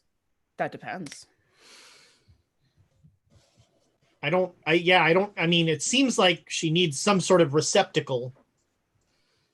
Probably. And I cannot pretend to say that I know much of anything about blood magic. I avoid magic as a whole as much as I can. But I know that Lady Jezebel is dangerous. And she has been empowered by just so much blood. The entirety of a crew of a Japanese destroyer, for a starter. It's a little worse than that. The Japanese sent a strike force, led by your pal Taro, to try and take the island and, I think, get a hold of the weapon. And for the past week, there's been no sign from that, no communication from that task force.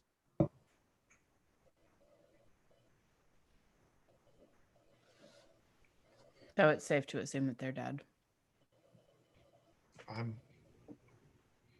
I'm not sure if it's my least favorite or an acceptable outcome, but yeah, I think it's safe to assume that. Honestly, dead. Well, dead might be the better option. There are lots of things that can be done with bodies after they're dead. Well, here's the thing. We're all gonna right now say that they're dead, because if we start blowing up that beach and there are Japanese soldiers on that beach, that's a problem. Understood. So yeah, they're dead.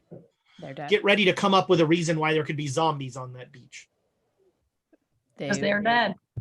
They were casualties left from a previous assault that happened to get stirred up by all of the firepower concentrated on the beach. Yep. I am very uncomfortable with falsehoods. Well, then you don't have to tell them. Leave that to us. Omission of facts is not a falsehood. Correct. Huh.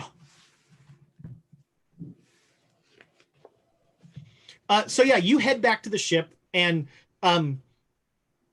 Rogers goes directly to the captain, and with you along, and he he'll just say, "Captain, I'm afraid I'm gonna have to initiate the Omega protocols." Omega. And the captain just looks at him and says, "The vessel is yours, sir."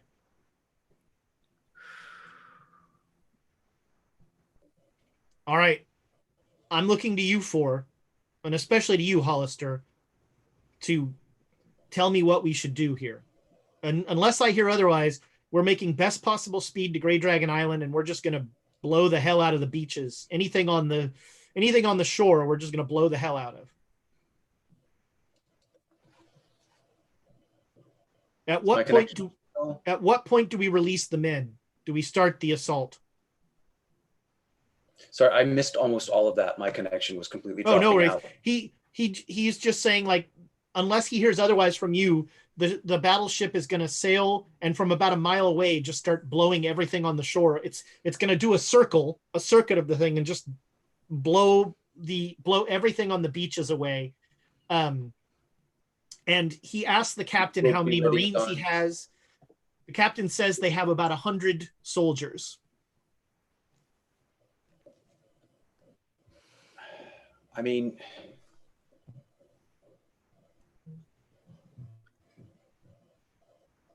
Do we want any soldiers wanna to actually?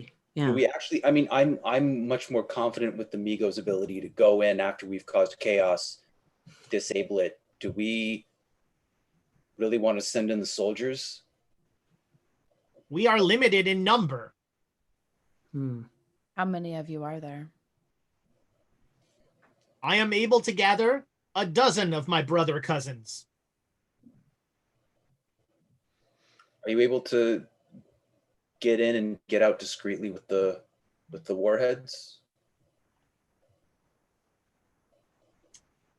In this action, discretion will be hampered by us appearing in our true forms. Ooh. Will it be necessary to appear in your true forms? I cannot fly in this body. Yeah. They need to fly in and fly out. Mm-hmm. That makes sense. So if we don't have a lot of people around, that would be better. Yeah. Everybody make me a spot hidden roll. Oh, actually, 07. Ooh, 18, super hard. 66, regular. All right. You are all acutely aware that Rogers is definitely looking sideways at both Alexandria and at Professor Lamb. Excuse me? Does he look normal to me? Yeah, He's Rogers. not ego-ish. No, Rogers seems, as stiff and uninterested in pleasantries. But he's looking sideways. Well, he's just like, he always makes sure he knows where you both are in the room, and he will shift if you move. And I'd roll psychology. especially Joan, maybe not so much, but Alexandra, when someone is worried about you in a room, and he seems concerned about your presence in the room. Okay. Interesting. I will file that away and consider it. You know what? I'm gonna try these hot dice. I'm gonna roll psychology to be like, what does that mean? All right. I mean, other than being concerned, but no, 43 is nothing. You've got plenty of inspiration. That's true. Do it. bloodbath. What? We have 14 inspiration in this yeah, last do it. episode. Do Use it. Do it. Do it. Or spend luck. This is so. You know what? I think I've talked about this. I don't have that much luck to make from 43 to 17. I legitimately don't have that much luck. Gotcha. Roll, man. So I've talked about this before, but this is almost a con game in the sense that they all know that there's no tomorrow for these characters. So if anybody ends this with luck, I'm going to be surprised. But the last roll of the game is going to be a luck roll. So of course. All right. Did you use inspiration, Are you Emma, gonna roll again? Sure, I might as well. I mean, what the hell? All right. Do it. Do All right, it. let's see. Let's try the barn Hot owl dice. Hot dice.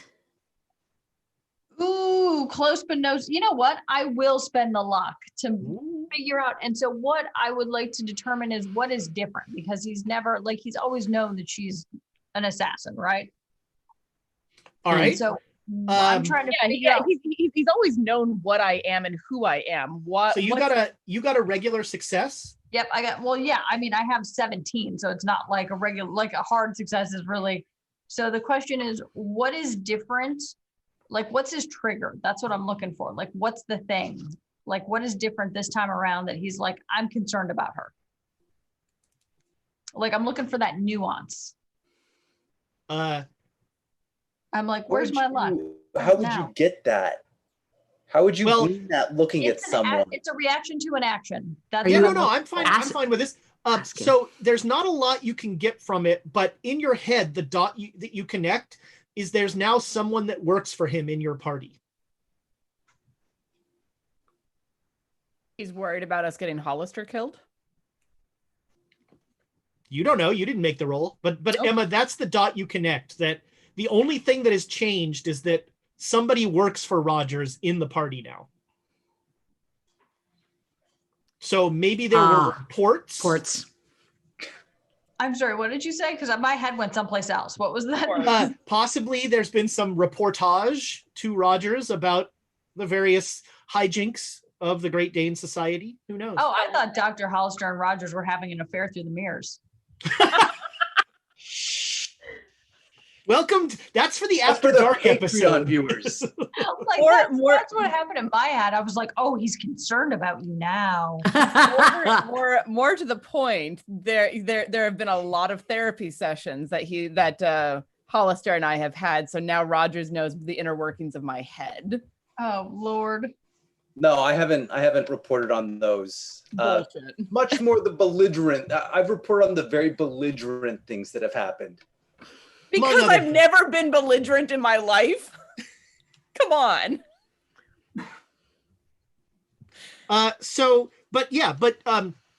Alexandra, you are very aware, and Emma, that's your takeaway, Okay. is that that's what's changed. All right. Yeah, I'm now watching Rogers out of the corners of my eye, just like, I see you seeing me, and I'm gonna keep an eye out. I'm saying whatever, dude. I'm an assassin. If someone's watching me that closely, something's wrong. Oh yeah, no, for me it's more like, yeah, men. Right. Yeah, no, I respect his abilities, and I know he knows mine, and he's worried about me, so now I'm worried about him. All right.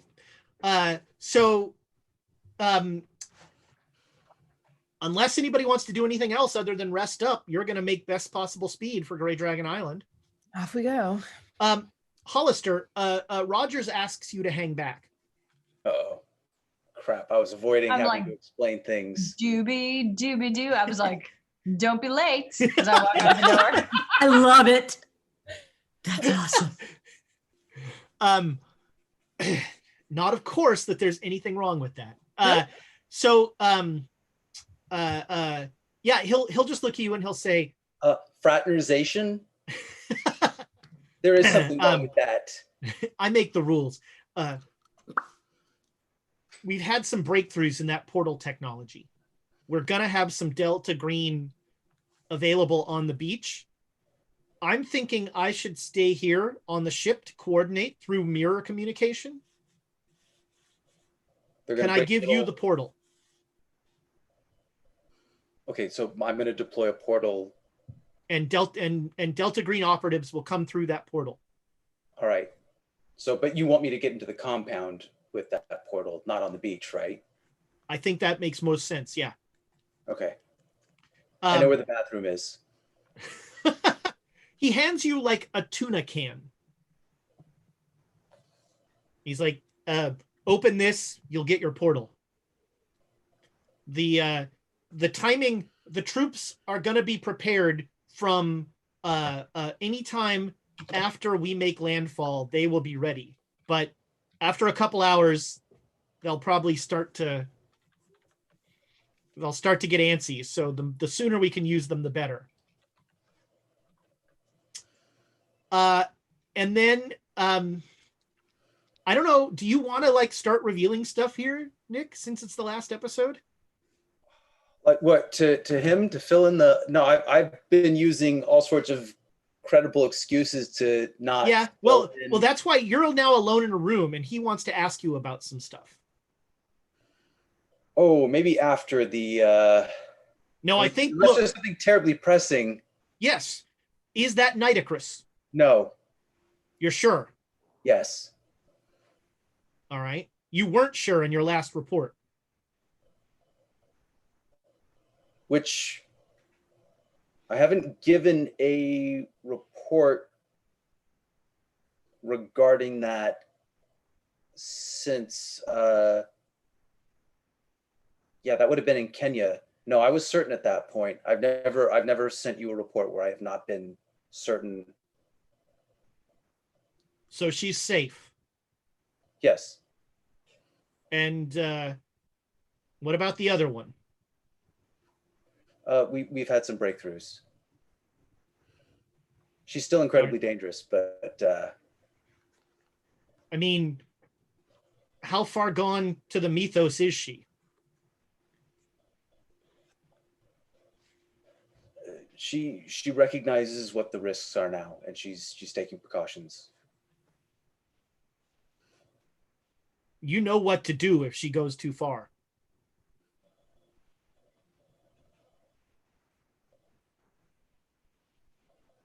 I did not hear a verbal acknowledgement of that order. That was a nod.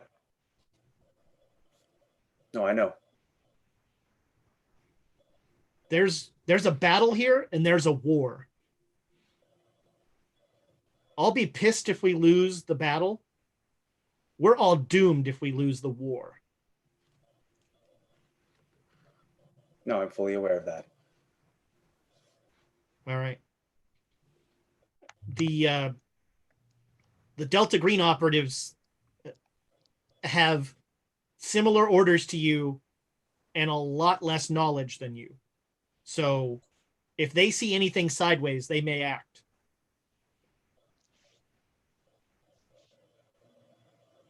That might be very unwise considering the situation. I trust everyone on our team. They know to look to you for leadership, but if they're alone, they're going to act on their orders of engagement. I am completely confident in all the members of my team. Do not give them orders to not act on them. Trust them. All right. I don't know what's changed in the past couple of weeks, but I'm glad to hear it. Get some rest. We're all going to need it. Will do. All right. So anybody want to do anything before we get to Grey Dragon Island? Load up on explosives. So whatever. Roger's like, what do you want? I'll take whatever you got. Give me the big ones, a couple small ones. Do you have something that like launches them? Because I really can't throw stuff very well. Are you getting a mortar launcher? Yes. Yeah. So that's essentially they have mortars are about the best they have. They will give you a mortar and like 8 grenades. Okay. Feels like fun. Yeah, I'm not worried about concealing daggers anymore, so I have like knives strapped to everything. There we go. And they give you just enough training with that mortar to make you realize that you have no idea how to aim this thing. Yeah. As soon as they say the word azimuth, you're like, what? Yeah, I'm gonna just toss it towards the hot lava. Done and done. Ma'am, I just want to once again reiterate, you don't toss the mortar. You drop the grenade in the mortar. You set the aim, and it fires the grenade. Do not throw the mortar. Okay. The mortar is a launcher. Okay. I know in practice you threw the mortar.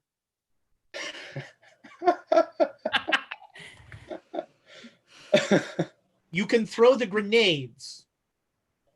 But the mortar has like the leverage where I can swing it real hard. Like if I put it at the end of a rope, it would work so much better. Like I get some centrifugal force and just whip that thing. I'm staying 50 feet away from Emma during this. All times. Only 50 feet? Ma'am, I think I can put this in terms you might understand. Mm-hmm. Mortars don't explode. Grenades explode. Okay, so I need more mortars is what you're telling me. 1 mortar for every grenade. No, 1 mortar should be able to fire all the grenades. Okay. 1 at a time. I think I need to say, I can't believe I need to make this clear, but 1 at a time. Okay. I don't believe you. I think that's how this works. As she leaves with the mortar, the guy's like, they're dead. At some point, I do want to pull Hollister aside. Sure. What's going on? Your boss is giving me the stink eye. Now is not the... We're about to go into a situation where I need to know that I have you at my back.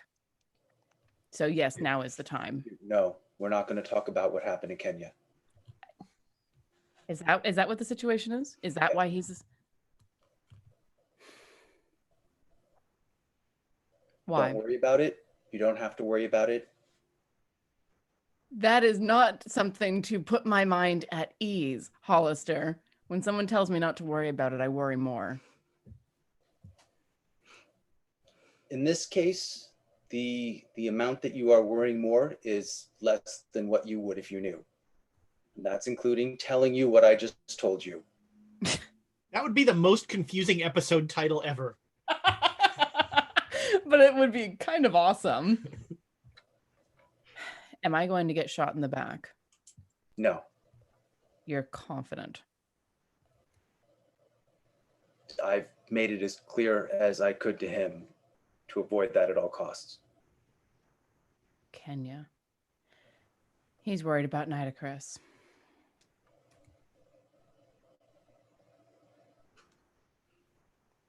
Got it. Well, fair enough. I would be too, in his shoes. Somebody remember to ask about this next week. Yes. All right. So I needed 1 second with Yeah. Miss Dr. Hollister as well, but my questions is more like, all right. We've got a couple of other weapons we can use. I could try to summon the Doles again. See if I can get them to come out here and start wreaking havoc. But do you think that would freak everybody out? I mean, if you do it before we're within 20 miles, you risk killing us all. But if you can do it from further than that, how far can you control them from? It's a good question. They were in the earth when I could pull them out. they were not that far away, though. Yeah, they weren't that far away. Well, All right. how All far? right. We still have 7 hours. Yeah. If you want to see if you can get one in time. Okay, the other thing is that this is going to use a lot of power. I back away. Correct answer. I'm gonna- That's a good yeah, one. yeah. It's like, yes, it's you are here. No, no, but my question, because You we might had want to talked- change your order to Rogers now. Yeah, right. No, listen, because of what we had talked about, because of all the things that we've said, I wanted to ask you, do you think I could take power from the beings on the island?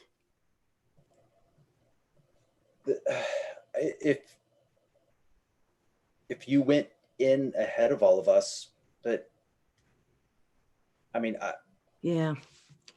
how well do you think you can control that? I haven't got to the point where I can go 1, 2, 3, 4. I haven't been able to do that yet. But I've been able to get so I don't go and suck everything out of somebody. I mean, if you're in a situation where you think you're isolated, it might be an option. But I would say don't be in a situation where you're isolated.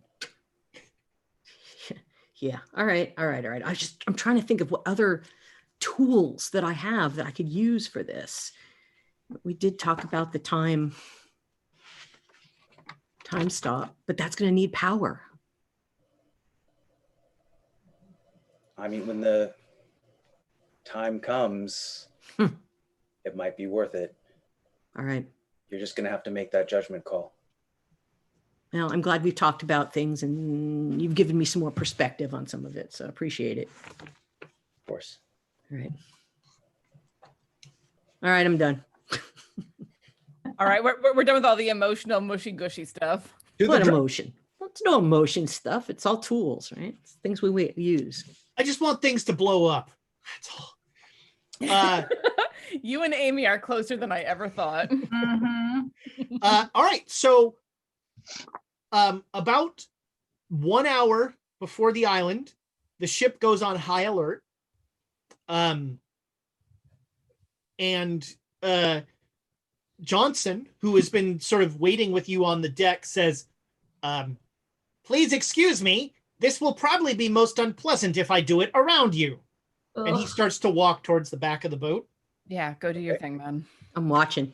I am not. Me I neither. don't need those nightmares. There is a wait, who's watching? All right.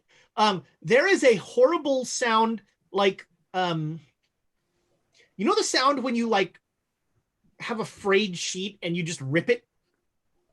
It kind of sounds like that, but wetter.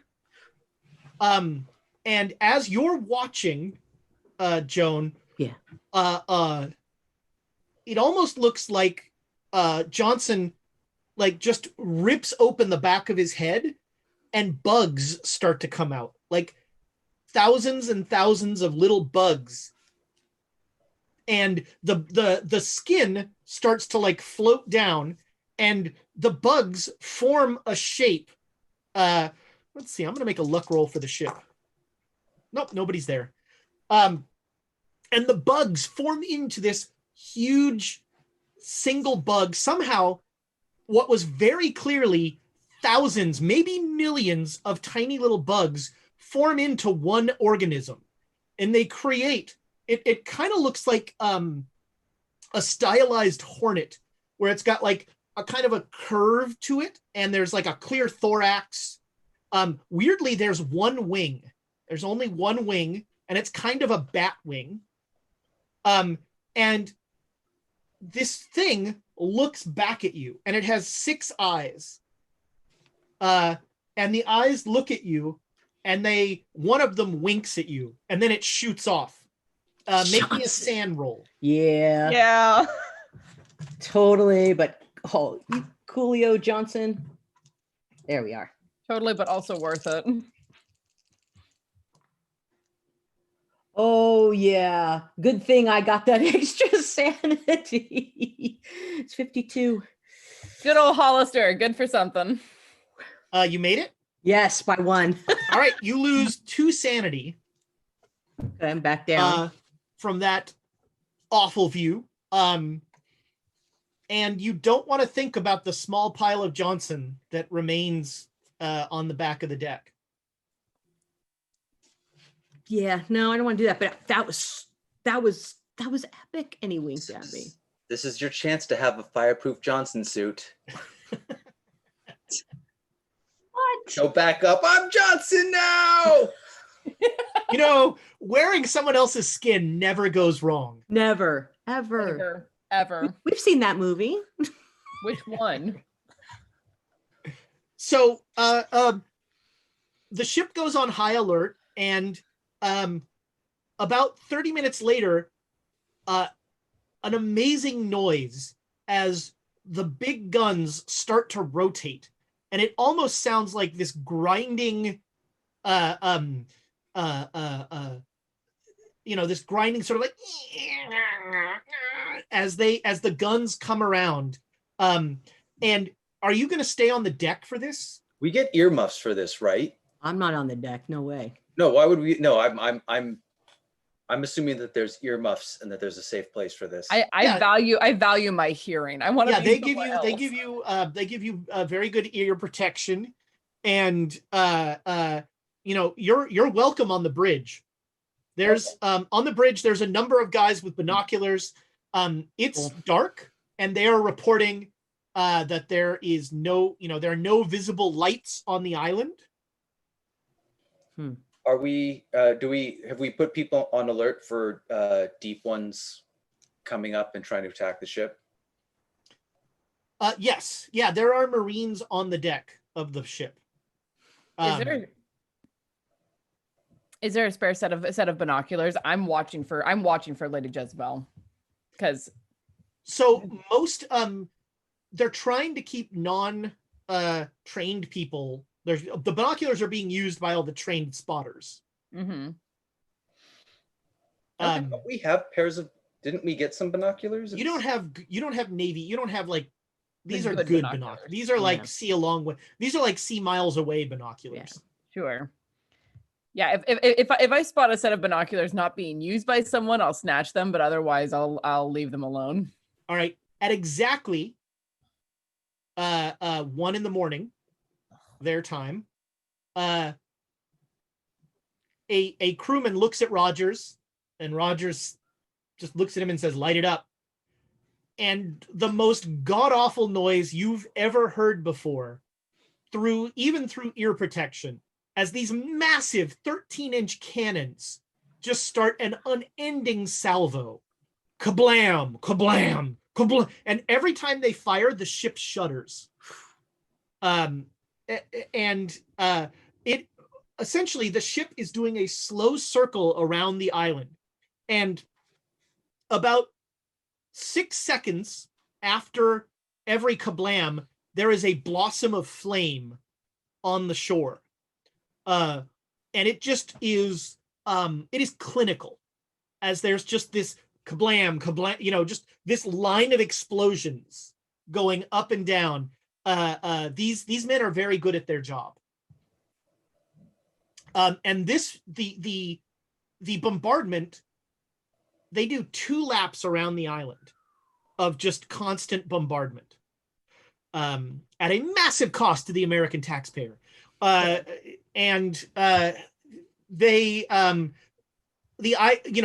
There's not a whole lot to burn on that island. That small wooded area definitely burns. The spotters report that there are bodies on the beach, too far away to really see. But the spotters are like, nothing's moving on the beach anymore. Everybody make me a spot hidden roll. Oh yeah. I've got like an extreme success. I got a 17. Nice. I get a regular. Yeah. Oh, I also got an extreme success, 14. All right. So if you get a regular success, you notice every once in a while a flare of light from the elder signs on the hull. With an extreme success, you see clearly a deep one make it about a third of the way out of the water up on there before it hits an elder sign, and there's like an electric shock and it falls back in the water. So what is that? I don't know what they look like. What do they look like? They're the fishmen. So it's like a 7-foot tall bipedal fish. Okay. A kuotoa for you D&D, first edition D&D. I don't know. Are kuotoa still around in 5th edition? They are indeed. So yeah, every once in a while, you'll see one of them get zapped and kind of fall back into the water as it hits one of the protective sigils. When the bombardment stops, Rogers looks at you and says, "Are you going in?" Yep. Yes. Yep. All right. Do you want any Marines with you?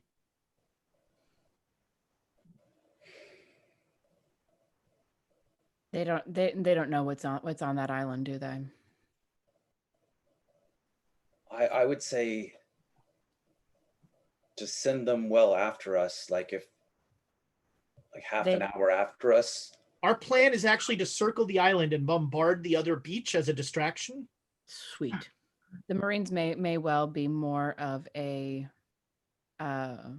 detriment than a help, because they don't know what's on that island. They don't know what they're getting into. I see. Okay. Unless you're willing to start telling them about the mythos, in which case, have fun. But if half an hour's gone by, yeah, this has to succeed. So throw everything well at that point. In 10 minutes, the Johnsons should arrive. Sweet. All right, let's go. Yep. All right, so there's a few minutes of getting you're not on a skiff, you're on like a small motorboat heading towards the beach. It is, as you get close to the beach, it is a smoldering ruin of just there are gouts and craters in the sand, and it has that like after a fireworks show nitrate smell just everywhere. You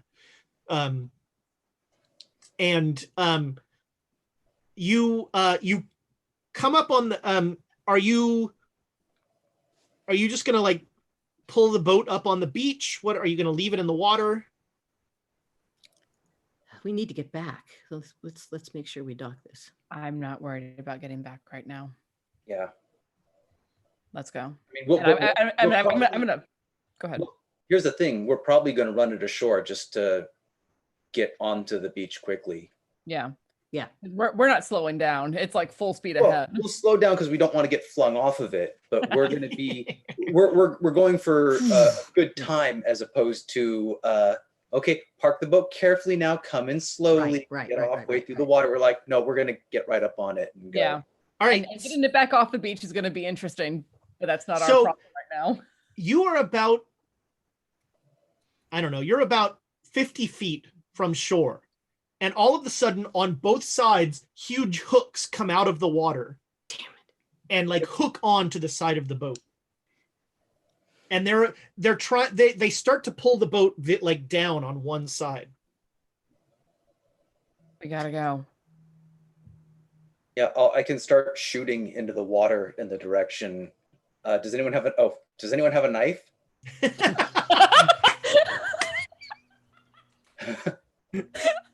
No, never.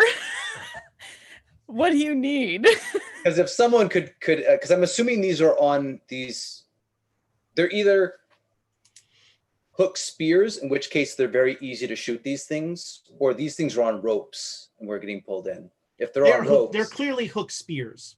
Okay. Gotcha. Shoot him. Shoot him. So, yeah, all right. So we're gonna slide into initiatives real quick.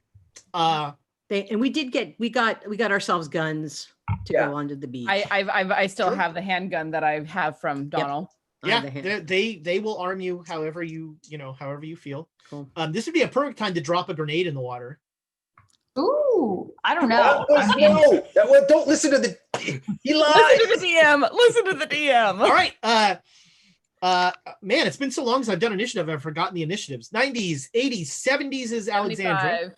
I'm gonna just like shift back and draw the handgun that Donna left me and shoot into the water at these things. All right, make a handgun roll. Oof. These are not good. Okay, cool. 22. All right, that's a hit. You do, what is it, a D8, I think?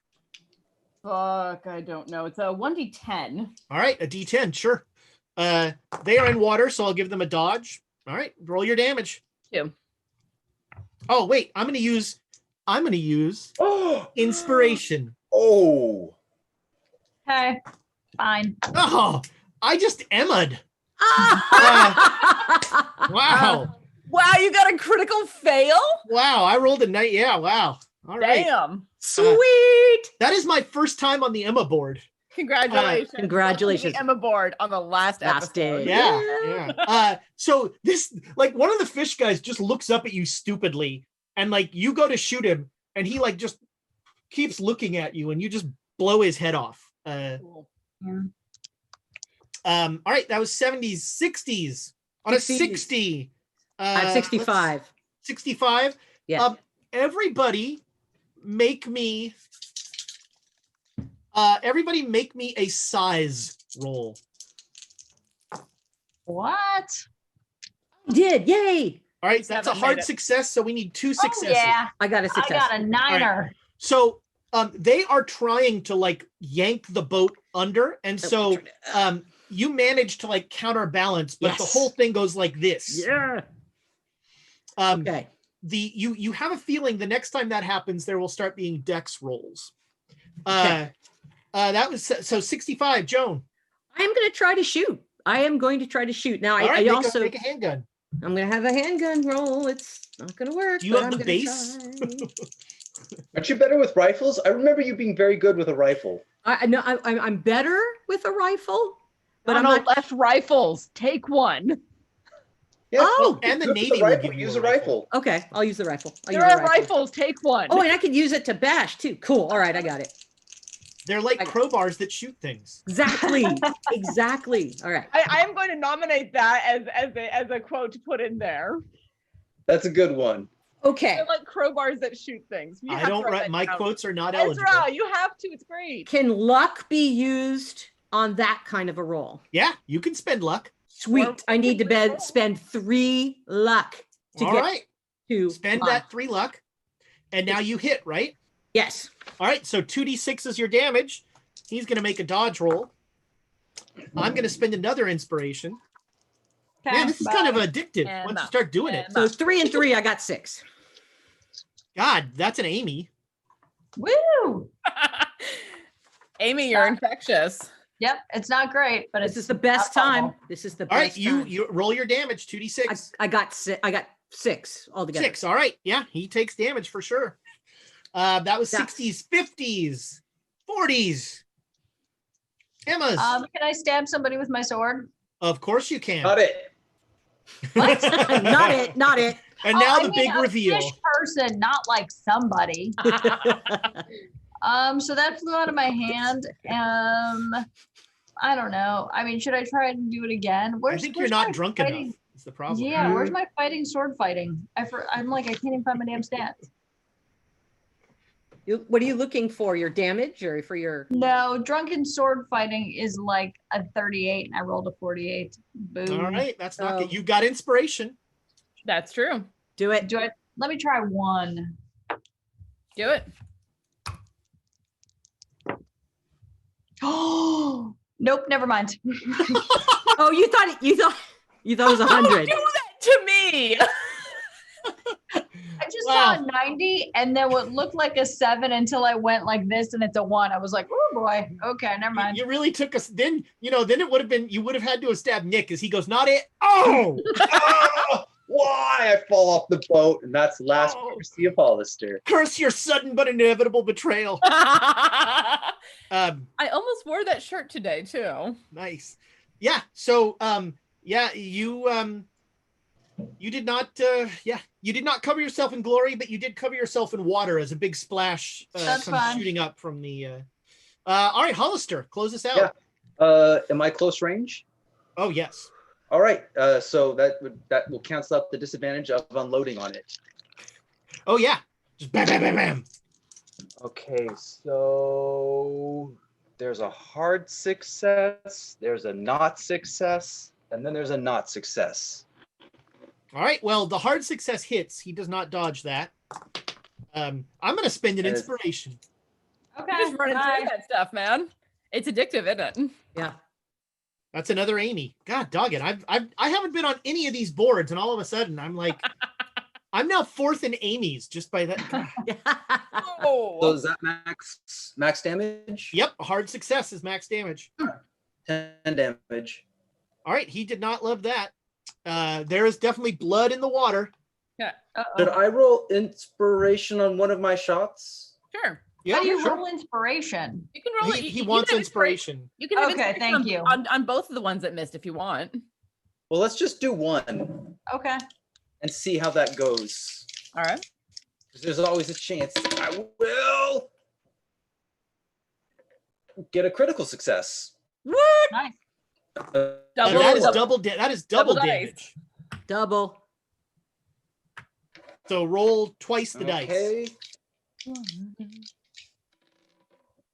And so that is 13 damage. All right. Well, the second bullet finishes him off for sure. Yes. Oh my Uh, gosh, everything stopped. So Okay. You're We back. can still hear you. now that the round is over, I'd like to Uh-oh. ask the musical question: who's driving the boat? What boat?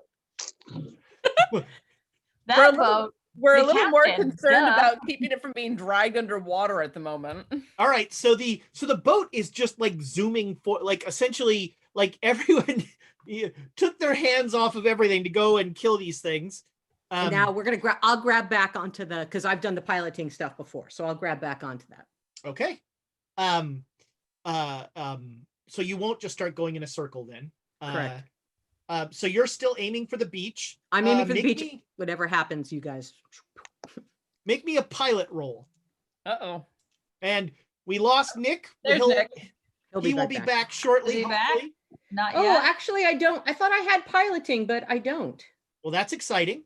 Did you- you, you had boat truck before, driving. though? Oh, that's what it was. It was driving. Oh, that's what it was. I don't. I thought I had pilot, but it was driving. I thought I had that, but I Well, All you, right. also, you also drove the motorboat before. That's but what I thought. That's But what it I thought. wasn't good. You must not have made Oh. the roll. Because we did. I think we got a cheap auto one. Like I got half of what I rolled or something. Yeah, something like. Isn't it better if you don't do a good job? I want to stay pointed at the island. Yes. Yeah. So I mean, okay. Go ahead and make me a pilot roll. You're not gonna. I mean, it's not gonna be hard to stay pointed at the island, unless you roll really badly. Yeah. No. I rolled an 18. No, you're good. Yeah. So the yanking. You're now. You will have a penalty die on this roll, unless you either get rid of all these hooks, or spend your whole time driving the boat. I'm going to spend my whole time driving the boat, and those guys are going to do the other all right, thing. We'll deal with that next round. Yep. All right. Hopefully Nick will pop up before the initiative. 70s, Alexandra. Are any of them close enough to stab? Yeah, because they're. I mean, yeah, but I wouldn't miss. Not that you can miss with knives. I was gonna say. Yeah, I'll draw one of the so I'm not worried about concealing anymore. So I have a hunting knife on my thigh that I'll draw and stab at them. All right, when you lean over to stab, the water is just teeming with it's like salmon spawning or something. You just you see just so many of those horrible fishmen down there. All right. Well, my goal is to get the one who is holding the hook right now and try to get that hook off of our boat. All right. So roll your knife. 65 success. All right. Success. Roll your damage. Well, wait. He gets a dodge. Did you get a hard success? I got a regular success. Good Lord. If 65 was a hard success, that would be. So he actually dodges in the water. And can I re-roll that, friends? Yes. Yes. You've got inspiration. I'm going to keep his dodge roll because it was pretty good. Yeah. Okay. Oh, at 5 critical. Wasn't that good? So that is 2d4 plus What? So Thomas did a great job of getting everybody back in the stream. Except I'm looking over here. Let's see if this works. Let's see how this looks. Down a little. I'm like Kilroy right now. Kilroy was here. There we go. That's pretty good. Yeah. I'm hanging on a cliff here. It's very funny. There you are. All right. So yeah, you so that is a critical, so that's double damage. 7 points of damage. All right. He did not enjoy that. I want to try and get the hook while he's distracted from the pain, lift up and try to get the hook up and off, off and over. So that's a separate action. You can stab him or you can try and unhook the boat. Okay. I'm hoping that someone's close enough to unhook all right, while he's distracted. On a 65, Joan, you go first. You're driving, so make a pilot roll. You do not have a penalty die on this. So just don't fumble is really. Nope. I got an 88 this time, so it's a little bit more. All right. But there's so no fumble. No fumble. You are you feel the forward progress of the boat is definitely slowing. You're gonna need at least one success to get to the island. Oof. All right. It's a 1. All right. Let's see. I'm going to say that a D3 more hooks come up. Ooh. 2 more hooks come up, all on the same side. Everybody make me a size roll. Oh, birds of paradise! Bloody birds of paradise. Cool. 11 critical. 17. Oh, cool. I got a Not 9. a critical. Wow. Well, all right. You all rolled very well, except for Joan. I rolled an 1. So the boat yanks and the side of the boat actually goes underwater briefly and comes back up. Everybody that didn't get a critical success, make me a dex roll. Oh no. Oh shit. And Joan, you have a penalty die on this. No, you know what? I'm holding on. You're holding on. You're good. Yeah, you're holding on. Which one's the critical? It's the second one, right? Yeah, no, totally. Critical no is problem. the third. The hardest. problem. Oh shit. Okay. No problem. All right. Yeah, you hold on. Ooh. I want to see more of Emma's swimming. I got a 4, so I think I can swim. Yeah, all right. So the boat, like I said, it just jerks really hard, but you are all well prepared, and you hold on. That was 60s, Emma, and then Hollister. By the way, it is clear that these things are not bothering to attack you. They'd rather just get you in the water and do horrible things to you in the water. Yeah. I just want to get onto that beach, damn it. Start grabbing their hooks, man. Emma. Yes. Do I think I'm strong enough to unhook the hooks? A strength roll would help you find out. So is that what you want to unhook the hook? Yeah. So who's like the closest? Like, oh, you know what? No, I don't. I'm going to take the mortar and play whack-a-mole. All right. Taking this precision instrument. A mortar is not a precision instrument. Hey man, it's got an not back mechanism. Then they didn't. So you crunch down on somebody with this. I'll call it a fight brawl. Okay, I think I'm pretty good at that too. Oh man. It's under F's, isn't it? Yep. Ooh, I just made it. Exactly. Nice. And I'm getting, my rules apply to me as well. I cannot inspire a fumble. So you who hit this guy well, there is no dodge here. Roll your damage. So what is that? I have a 1d3 plus 0 apparently. This will do a d6 plus your damage bonus. Okay. And that damage bonus is 0, so that's 2. All right, yeah, crunch. You smack him down. He did not enjoy that. Hollister. Is there a spare hook from one of the? We killed some of these, right? There's a no, they're grabbing whatever hook. Like there's just these things are endless under the water, and so every hook, as soon as somebody falls down, another hand grabs it. Well, I mean, is there something that I could use to leverage underneath the hooks to pop crowbar? them off? I have my crowbar. There's a crowbar lying right on the deck. Yeah. Here you go. All right. So make me a strength roll with, I'll give you a bonus die because of the crowbar. I'm going to not use the curse dice. Oh, man. Yeah, please don't. Just for this. Yeah, I'll take the 13, which is a hard success. All right, yeah, you wedge off. So there were 4 hooks in the ship. Now there are 3. I am famous, by the way, for starting these counters and then rolling the die that the counter's on and forgetting what the counters were. All right, that is the end of the round. Back to the top of the lineup, Alexandra. Okay, seeing the salmon sea of people, I'm understanding that killing them is not going to do much. I'm going to try to get the hook out.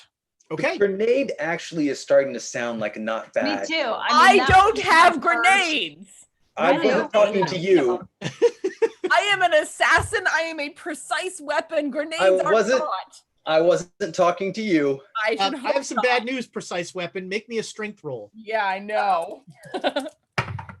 Oh, thank fuck. 6 critical. All right. Yeah, you wedge off another one. There are now 2 hooks. Okay.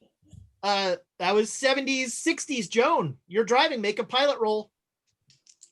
Get a success. Come on. 6. I can spend 5. Are you serious? Luck and get my 1. There we go. All right. Just do it. All right. So I'm all in. All right. At the end of this round, this boat will beach itself. Thank fuck. Joan, make me a luck roll. Okay. Let's see how much it slows down. I got it under 46 from 50. All right. So yeah, you even managed to decelerate some of it so that you will not be flung out of the boat. All right. That was it. I also want a 60. These poor things, they're going to try and one last time to yank the boat over. There's only 2 of them, so they don't get a bonus die this time. So everybody make a size roll. Pretty good roll. 35 success. Ooh. Hard or regular? Regular. Success. Okay. So that's 2 successes. gonna spend the 6 luck and get rid of that. What The hell my luck is. we can just re-roll that. We have plenty of inspo. I got don't a know. hard success if that. Yeah, I see it. I got you. There's worse things to come. We have 10 inspo, and this is the last session. Fine. I'm like, fine. We're gonna desperately need one more inspiration at the end, and we're gonna. I lied. There's another episode after this. Ezra, we only get 4 next time anyway. Yep, I made it by 3 this time around. There we All go. right, there you go. That was the success you needed to not have the boat yank over. So the boat. Oh wait, Hollister. Sorry, Hollister. What? What else are you gonna do? Oh yeah, I mean, I'll pop another one off. All right, make me a strength roll. Pop off. Oh Yeah. wait, Emma, do you want to What? blow anything up? What is your? yeah. Yeah, of course I do. I'm gonna lob one of these. So my move is gonna be as we zoom in, I'm just gonna be boop and throw it up and then just watch it just to kind of keep people from getting too close. I love this game. You gotta All bake right. it a little. It's just a soft baseball lob, just a little underhand softball situation. All right, yeah. Make me a throw roll. Yikes. Under tease. Yep, I know. I'm just looking for that. If it's underhand, it's with a bonus dice, right? That's how underhand works. Right, yeah. Well, it's underhanded, Oh, 4 awake from making it. Do I spend it? 4 Do it. or Yeah, so All I'm gonna right. spend the 4 luck, wherever the hell that luck is on the sheet. all right. So I mean, yeah. as Ezra pointed out, this is a con game. Let's do it. Yes. So Yeah, yeah, so I you made slide that in there. You throw it up. And Hollister, your last action before. Yeah, I'll try another one. All right, strength roll. 22 is a hard success. Yeah, there is one hook now hangs limply off the side of the boat as it beaches itself, and right behind it is this gout of water shoots up into the air, and you see at least one fish guy flying up into the air. And that seems to have dislodged them all from the boat. And it appears that they are not coming on shore. yes. Oh man, can I have that hook? Can I have that hook? That would be awesome. Sure, yeah. You can have You I want your mean, crowbar Hollister's back? got your crowbar right Yeah. now, so Yeah. Pass it back. he gives you back the crowbar, but yeah, you've got a bone hook. Yeah. Oh God, those things. So you are on the shattered beach. You see bodies of spiders. To answer a question that Hollister had, they still have Stanford's head on them. Oof. Everything here has just been blasted to hell. Good. Okay. Make our way up to the keep, I guess. All right, yeah, you head up. There you are. I mean, there's everything, like I said, has been blasted to hell. When you reach the top and start to go down that spiraling thing, you hear a chorus of voices raised in a chant, and you also hear from kind of far away a buzzing sound. Can Lamb prepare us for what we're about to see so we're not completely shocked? Can what now? Can Lamb prepare us for what we're about to see so we're not completely shocked? Yes. Yes. Yeah. Because I just I recognize that noise. And I said, guys, you hear that buzzing noise? That's our friends, the Amigo. Okay. Describe what I'm not shooting at. No, they're bugs. Remember, they said they had wings. They have a wing. They have one wing. Let's go deal with the chanting people first. All right. One wing bugs, don't shoot. Chanting people, shoot. One wing bug, big. Big. Okay. I mean, come Not on, my favorite. it filled up that skin. Not my favorite. Thank you. Yeah. All right, Yeah. let's deal with this. Yeah. That's all I'm gonna say. That's all I'm gonna But say. bugs, no stabby. Got it. Yep. All right, There so are amigos. Ugh. oh, I got it. That's the second time that joke's been made tonight, Ezra. I'm leaving the stream. We win. I storm off and I'll be in my trailer. And we stomp handily through everything and blow up the island. It's great. As Joan is saying that, like over her head, 10 horrible,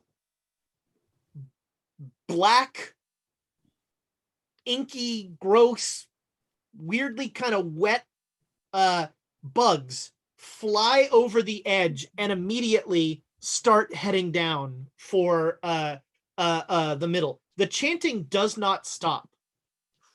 All right. And you guys are starting to run down.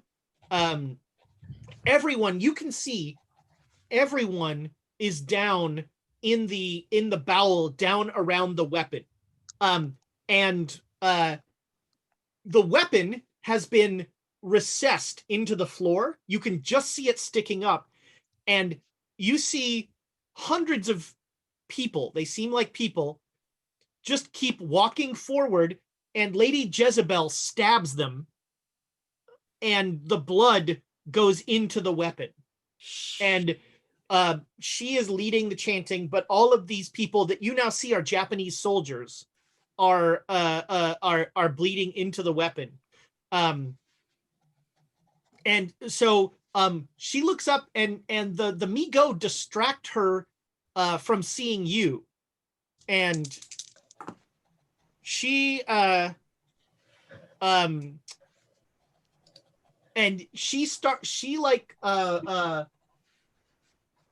she points at some of the Japanese soldiers and points at the Mi-Go, and they start like firing at almost robotically at the Mi-Go.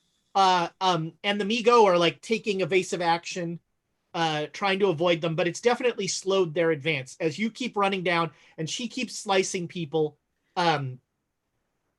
And I'm supposed to remind people that we're going to do one final giveaway for this calendar. We're going to do that drawing at 9:30 come heck or high water. We might run a little long this session just because, but we're going to do that drawing at 9:30 or whenever Thomas hits the drawing. I know, I'm just like, where are you? #chaos to be entered to win that. Again, continental US or Canada, because I'm mailing it myself and I don't want to. #chaos. #chaos at the and we'll do that final drawing. So Quebec, because screw you, Quebec. you're heading down. What is your plan? What do you want to do?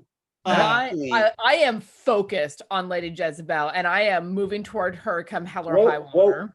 Maybe go with the hell or high water instead. What if we provide cover fire for Joan, and she can get close and just drain all of them? Can she? I'll try. And I might be able to bring in I plan on bringing in more cover fire. We near that bathroom.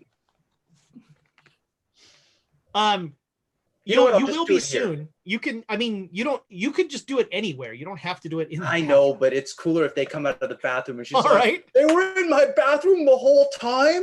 Yeah, all right. Yeah, you can easily veer off, and you're like, make covering fire for Joan. I have to go to the bathroom. Just like, okay, Of course. whatever, mate. Yeah. He just doesn't want any of the rest of you to have to see. He's got a scaredy bladder. That's what He's got IBS. Yeah. All right, so you three continue down the ramp. Hollister, you get in there and you pull out the tuna can, and it's got the little key open thing as you're pulling that. And as you open it, inside you see a shriveled, sad, kind of shivering little spider. And as you let it out, it kind of starts to come to life. And at the exact moment when it realizes that that it is free, it balloons into a portal. This portal is quite large. It takes up most of the bathroom. And stepping through the portal first is Professor Aldridge. And she looks around. Oh, well, I guess we can't bring the tank in here. What? We had armored vehicles ready to go. Oh no, I told Rogers that we're inside the base. Yeah, we were still gonna. Well, anyway, I've got 100 commandos ready to go. Do you want me to bring them in? Yeah, we need cover fire. All right. So they start coming in, and these are soldiers. They are carrying clear shields that have elder signs on them, yes. And they all have pistols. And so they just start coming in, and they start forming up. And Aldridge says, "What's the sit rep?" There's some sort of horrible blood ritual going on at the bottom where Lady Jezebel is feeding blood into a bomb. Professor Lamb is going down to try and drain them all and knock them out so she can't get any more blood. And the Migo are flying around trying to secure the weapons. Right. So, see you outside. All right, yeah. You take off, and she's going to follow you. And the men are forming up, and they're coming out. So there's a bunch of them coming out, and they're going to start firing at the Japanese. All right, you guys get down there. And how are you both kind of giving Lamb the time to do this ritual? Well, I have one of Donald's rifles slung over my shoulder. I'll just start shooting and just like drawing attention away. All right. Emma, what are you doing? I'll probably just use one grenade and just sort of roll it into like the clump of them. If there's clumpiness. Make me a luck roll. Actually, you know what? I'm going to try my hand at this mortar business. Oh, all right. So, it might take a while. And when you say make me a luck roll, I'm going to say probably not, because 87 is not close to like 20. All right. So you set the mortar down, and it did not enjoy being a club. So it's going to be its accuracy is questionable. Good. If you miss, there's going to be a chance things go boom. Oh. 20 mile radius. 20 mile radius. You hear Hollister's words in your head. No, you hear me shouting down the winding stairs. That's right. You pull out the mirror and Hollister's like, 20 mile radius. And you hear Alexandra near you just murmuring, if we die here stopping this, it's fine. Yeah, let's go for it. It'll be fine. And that's going to do it for Masks of Nyarlothotep. Oh. What could go wrong? And I'm concentrating. I'm concentrating. I got nothing to say about this. I'm concentrating, man. Yeah, you have started the... Let's just fire it up and see how this thing works. We'll find out shortly. So, Hollister, you're about halfway down. Aldridge is keeping pace with you, and she says, "There's something I have to do," and she jumps off the side, flinging herself down. Oh, I thought she was going to stab me in the back. Oh, good. Oh, so did I. There's something I have to do. And as she's flying down, she screams, "Jezebel!" And she pulls out what looks very much like the Sword of Achmala. The non one, and that actually gets Jezebel's attention, and Jezebel just looks up at her and smiles. And Aldridge is now floating a few feet above Jezebel, and Aldridge just starts swinging almost wildly with this glowing sword, and Jezebel keeps throwing up tarot cards. And every time she throws up a tarot card, it turns into a shield that the sword hits. And so Aldridge is just this is the least in control you've ever seen Aldridge. As whatever veneer of civility she had has cracked, and she's just wildly hammering down. But it is a fine distraction. Alexandra, make me a rifle roll. Let's see how well you're doing with the distraction. Wheat, 13, hard success. All right, excellent. You shoot some guys. Emma, Don't make it a luck roll. I'm trying to think of what your mortar skill is. Do you have an explosive skill this time? How do you No. not? I mean, here's the Good. question. I How mean, do I it's Emma. not? She She should. should. She should. I should have had a you skill. know what? We'll call it let's call it a throw with a bonus die. Yeah. Okay. Your throw. It's the big one. Okay, never mind. I was like, I encourage you not to fumble this. me too. Yeah. I'd like to not blow up today. Although Maybe. it would be funny if we rebooted Ooh. season 2 was just another reboot. Okay, No. so I got a 71 and a 31. The 31 makes it. All right. So yeah, you managed to mortar deeper into the guys and blow a bunch of them up. You blow up the line that was heading towards Jezebel, and when you do that, you notice that she's stopped cutting them because of Aldridge's distraction. Joan, make me a POW roll. Are you trying to suck the energy from Jezebel, from the soldiers, indiscriminate? Indiscriminate out that way. Not my buddies. I mean, Indiscriminate is indiscriminate. yeah, indiscriminate, period. I No. think. Okay. Get Jezebel, man. No, that's what I'm gonna say. go for the I bot. wanted to focus on her because now she's not. I was gonna go for the Japanese, but now that she's gotten a battle. Make me a Cthulhu mythos roll. All right, I'm gonna do the Cthulhu mythos roll first. And I'm gonna spend 2 luck and then I make it. Do it. All right, wow, that's terrifying. Blood magic doesn't work like POW stuff. You're not sure how effective or what you're gonna get from leeching her. Yeah. But So if you drain all of her magic points, she'll drop. I'm within 30 seconds of just running and stabbing her, man. Well, okay, so I'm gonna these poor soldiers, they're gonna get it anyway. I'm gonna take it from them. All right, yeah, you start to just siphon up. It almost looks like that domino rally thing as soldiers just start falling over. Make me a POW roll. Oh, that's a hard success. All right, you are going to gain 5. Yes. You gain 40 POW. Oof. And 3 soldiers just fall over. Can I get more than 100 on POW? Oh yeah. Oh, okay. Wow. You're gonna need it.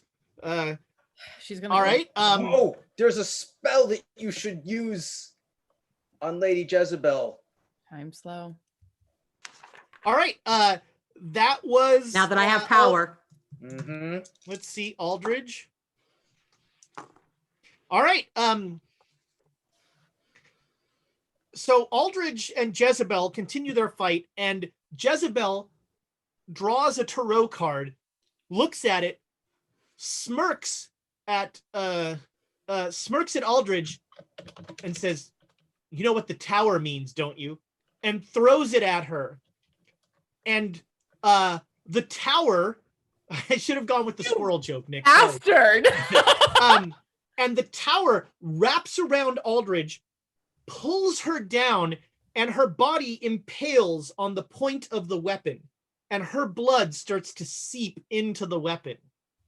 And Jezebel's eyes flash red, and she turns around and looks at you.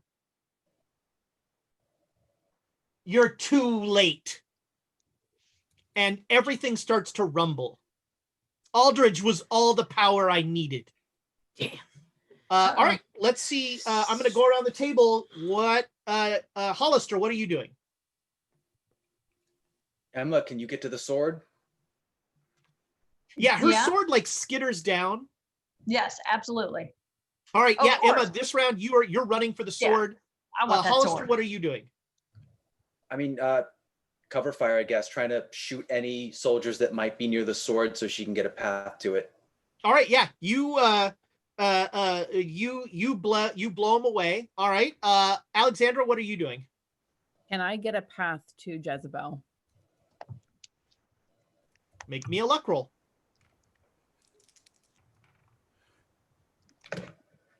Yeah, 38. Made it. All right, yeah. Yeah, if you can this round get to her. I'm drawing daggers and going for her. All right. Make me a spot hidden roll. Roll this much in so long. Yeah, that's a hard success. 35. All right, she is standing on the weapon. Okay. So my goal then is to get her off of the weapon before I stab her. All right. Well, your first goal is to get there. You found the path, so you will get there. Next round, we'll figure it out. Joan, what are you doing? I'm going to basically try to take her out of time. Okay. I'm going to try to slow her down so she cannot react against us when we go after her. I've been taking a lot of time looking at it and going for it. So I am going to go for it. Yeah. All right. Make me a POW roll, which should be very easy now. Just don't fumble it. Nope. That is a 75. And I'm trying to figure out if that's hard or 75. Do we want to inspire? Yeah.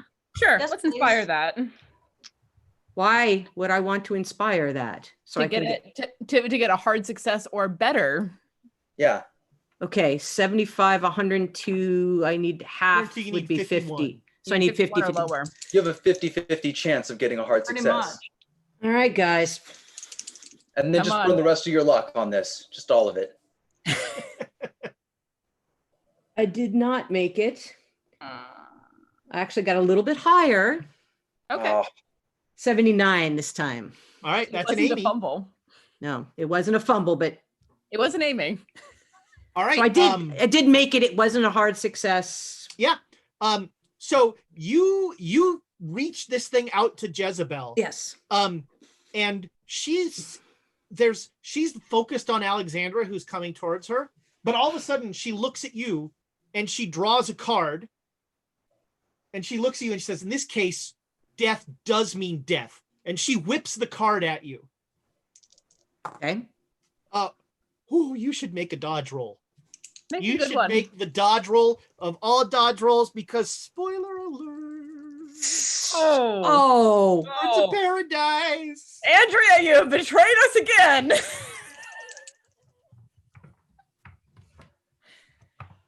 Okay. I am doing a dodge. Uh-huh. I got a 14.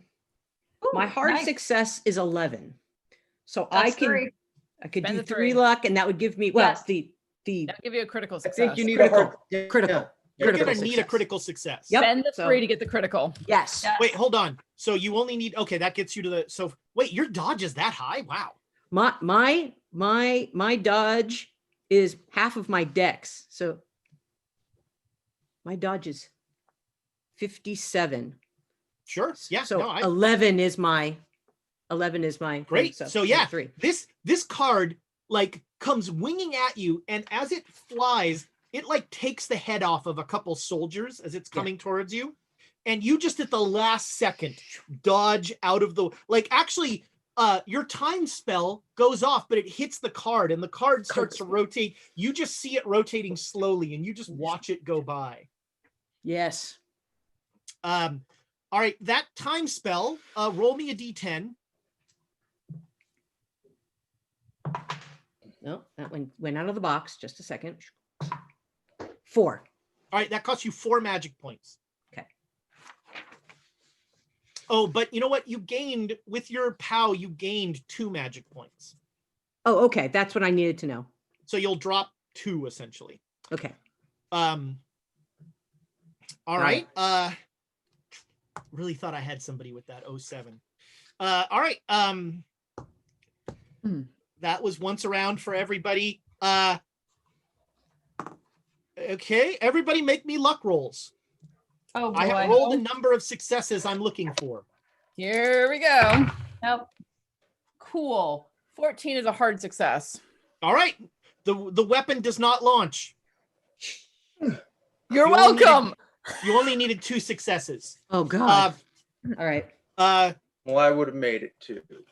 Cool. So that's 3 successes. Thank you. All right. We're going around again. So let's start with Alexandra. You make it to Jezebel. She will not leave this thing. She draws a card, the Page of Staves, and she's like wielding it like a sword. And she just looks at you and she says, I'm going to make this the world I deserve. I'm going to be a constant. Why are you trying to stop me? Because you're not a constant and you're going to destroy everything. I'm going to rebuild everything. Make it better. You're going to kill everything I care about, and that's all I care about right now. All right. I'm assuming you want to stab her. Oh, absolutely. All right. Sweet. That is a critical success. 12. All right. You go to stab her, and your knife goes through her. And she goes, did you actually think I would be standing on top of a weapon that's going to destroy the world? Yes, I think You're dumber than I thought you were. I think you are actually that insane. No, right now, I'm on your battleship, and we're about to start opening fire. Thanks for bringing this to me.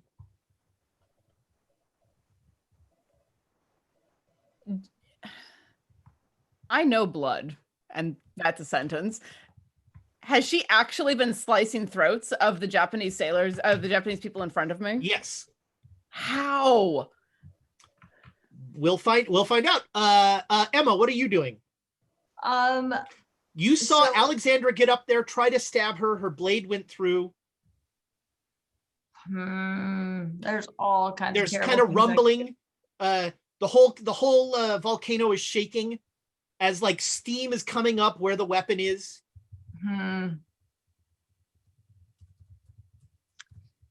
Where's Hollister? Hollister is at the lip of the path. He's just shooting guys with his rifle. Okay, so do I hear the fact that she's... I thought you said you were laying down covering fire. Not with the rifle. Oh, sure, with a pistol. With a pistol? Okay. He's much closer then. And we didn't bring the statue, did we? We don't have the statue. We don't have the statue. Okay. You were planning on doing the ritual later. And also, we're several days after the full moon. Yes. Yeah. I'm just saying, might not be as powerful, but we could have still tried. Did I hear the fact that she's on the ship? You heard her claim that? Yes. Okay, so I yelled to Hol. Ooh, you know what? I don't believe anything. Can I go?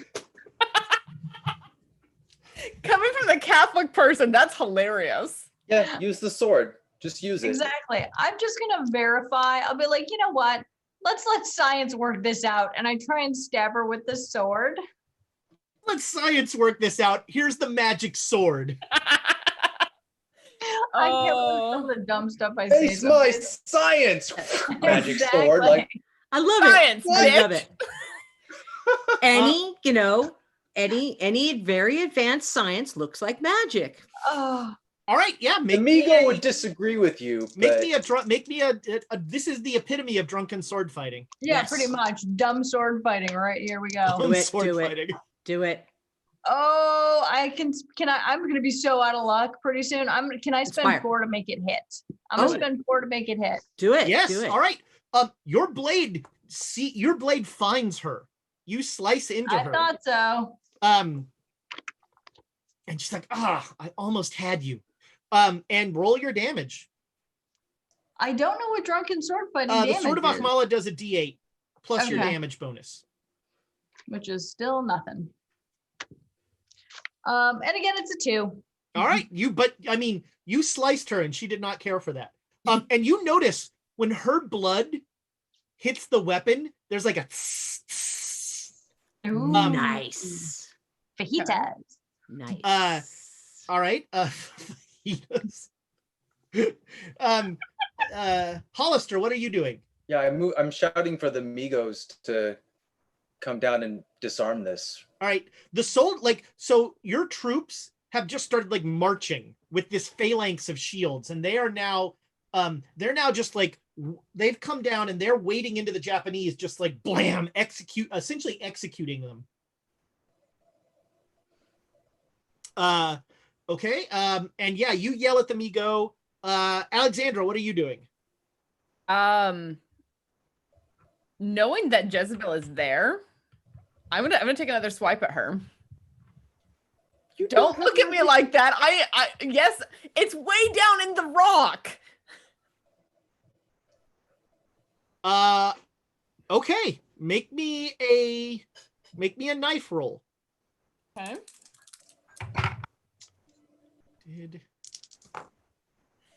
Ought 3. All right. So your blade passes right through her. You're gonna need. She can only be struck by magic weapons. That's what you'll get with that success. You'll realize that That's what I was trying to. Is hitting her, but nothing else is. And it's one also of the magic with an shields. You and like start hitting her with it.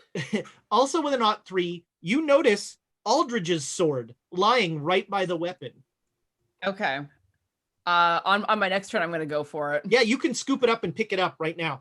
All right, Joan, what go for it and bring it up between us. I'm going to try to slow her down again. Okay. Make me a POW roll. I'm going to use some inspiration. Okay, good. I'm down to 7. You do you. So I rolled a 29. So that is very good. Out of this is 102. an opposed POW roll, and you definitely win that one. All right. Okay. Roll me a D10. 3. All right. You spend 3 magic points, and Jezebel is like moving through molasses. She's super slow. And I think that is everybody. So now luck rolls. Oh, they're gonna need some good rolls here. Oh, guys, come on. Can we re-roll luck? Yes, you can. As long as it's not a fail, a fumble. Yeah, I didn't have a fumble. You can spend inspiration. So can I do it? Do it. Can I critical success on luck? Yes. Did you? Oh yeah, then I got a critical success. All right, that's good. You're gonna need it. That's 4 successes. There's no way. I got one. 44. 44. It. All right, 5 is what you needed. So Joan gets you there. The weapon, there's the rumbling of the weapon increases, and it is starting to really shake this whole cavern. So Amy and Alexandra, you're both like, you see Jezebel realize that she has slowed down, and she looks at both of you and she just says, "Please don't kill me." Reverse psychology. That's what the devil would say. Stab again. All right, both of you, like in a weird, almost in concert, you both just plunge your swords into her, and she falls over dead. And the cavern keeps rumbling. And all of a sudden, there's a lot of very confused Japanese sailors and soldiers getting shot by American soldiers. Stop shooting. Stop, Holly. Hold your fire. Hollister. At this point, thank you. The Mi-Go have come down, and one of them lands by Joan and looks at her and says, "Tell me about this stasis device of yours." It's not a device. How do you do this? It's magic. Mm. I do what I do. Use it on the bomb. The guy looks at you and he says, "Will you come with us?" Nope, I've got work to do here. Can you need help? I am mistaken. Forgive me. I made that sound like a question. Let me correct my grammar. You will come with us? No, I won't. Take care of the weapon They first, need or your there'll be help. nowhere. They There'll need be your nowhere. help. So the Migo, Alexandra and Emma, you see the rocket is starting to like raise up, and the Migo come down and look at you both and say, "I would recommend removing yourself." Yeah, I'll grab Emma's hand and pull and start running. All right. The last thing, as you start to run, you see the 9 Migo are like crowding around the weapon, and they have like clamped onto it. And they are, it looks like they are sort of trying to create a downdraft by flapping their wings. Ooh. At this point, the one next to you, Joan, Yes. says, "I do not wish this to be unpleasant. You will come with us." Why? Tell me why. I need to know why. Can I need to help this weapon. Can I try to? This weapon will come with us. Oh, you're taking it. I don't need to keep it here. It should not stay here. Oh, okay. You're taking the weapon. But then why do you need me? You have the weapon. Have knowledge. My knowledge needs to be here. You see that guy over there? He and I'm pointing at Nick, at Hollister, Hallie. I point at Dr. Hollister. I need to help them. They need help here. You guys have the weapon. You can go. Thank you. Thank you so much for helping us. I need to stay here. Your needs are immaterial. I understand that from your viewpoint, but these people need me. I need to be here. And now I'm gonna try to because psych isn't gonna help. I'm just gonna leave. I'm just gonna walk away. All right. So you see Joan starts to walk away, and the three of you have gotten to the Emma and Alexandra, you got to Hollister, who is corralling the soldiers and telling them to stop and like getting everybody up the ramp. Joan is starting to head for you, and you see this Migo flash its forearm right across her forehead and scoop and essentially scoop into a jar Joan. What was all of that bullshit about consent? Yeah. Joan, you are in a jar, but you are aware you are in a jar, and you still have access to all your magic. Oh, okay. Wow. Because I still have points left. I'm going to yell, "Get that woman a car body."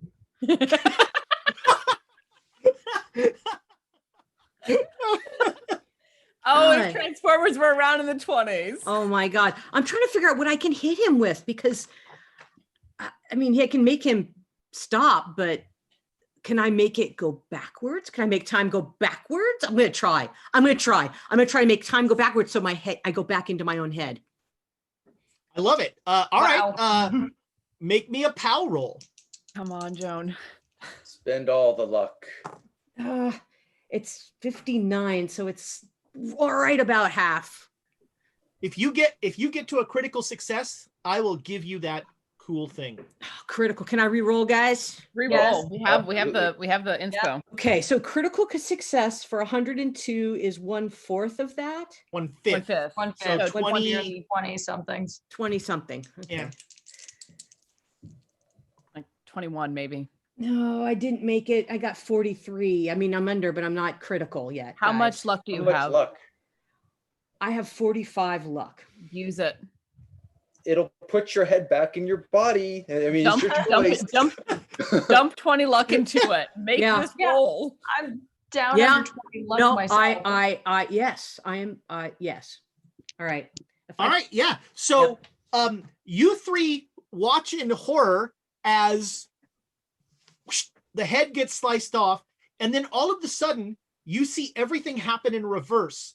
And Joan is like walking away, and without looking, Joan just ducks when the slice would come and keeps walking. And the Mi-Go cocks its head, and as it does that, the weapon launches with 9 Mi-Go attached to it. And they look like they are kind of like zooming it along. And it just shoots straight up into the air. And there is no explosion. And the 10th guy looks at as you're walking away, and he says, you could have brought magic to all the worlds of the universe. We will keep the weapon. And he shoots up. And what follows is some really uncomfortable cleanup as the Japanese try to figure out why the Americans were shooting them. And 100 American soldiers try to figure out how they're going to get home from this place. Oh, I was about to say, is the portal not still? I'm used to the portal sticking around for a little bit. You haven't checked the portal is open still, so you can. That's what I would be ushering them to the bathroom. In your bladder. You in your bladder. And I think that is where our tale ends, with the weapon not having exploded. The Mi-Go have taken it off. Here's what I'm going to give you guys a little homework. We're going to, next episode, the clip show, I want to start by asking each of you, once we get through all the nonsense at the beginning, where your characters are 5 years after today. Okay. So, take a week thinking about where your characters are. You have total narrative control. So tell the story you want to tell. If the only thing I ask is if you're going to impact one of the other players, let them know and clear it with them first. So if you're intertwining with somebody, check that with them first. But you're going to write the coda for this tale, and that's what we're going to start next week with. I don't know. Did we already do the drawing? I don't know. Nope, we didn't. Thomas, where you at? All right. So this is the drawing for the board game art creations calendar. I almost never do this, but I was looking in here. This is my favorite part. It comes with meeple stickers to put on like dates of interest and such. So Damon Kitty won the giveaway. Damon Kitty, congratulations. Do me a favor and send your information to Thomas so that I can get that out in the mail to you.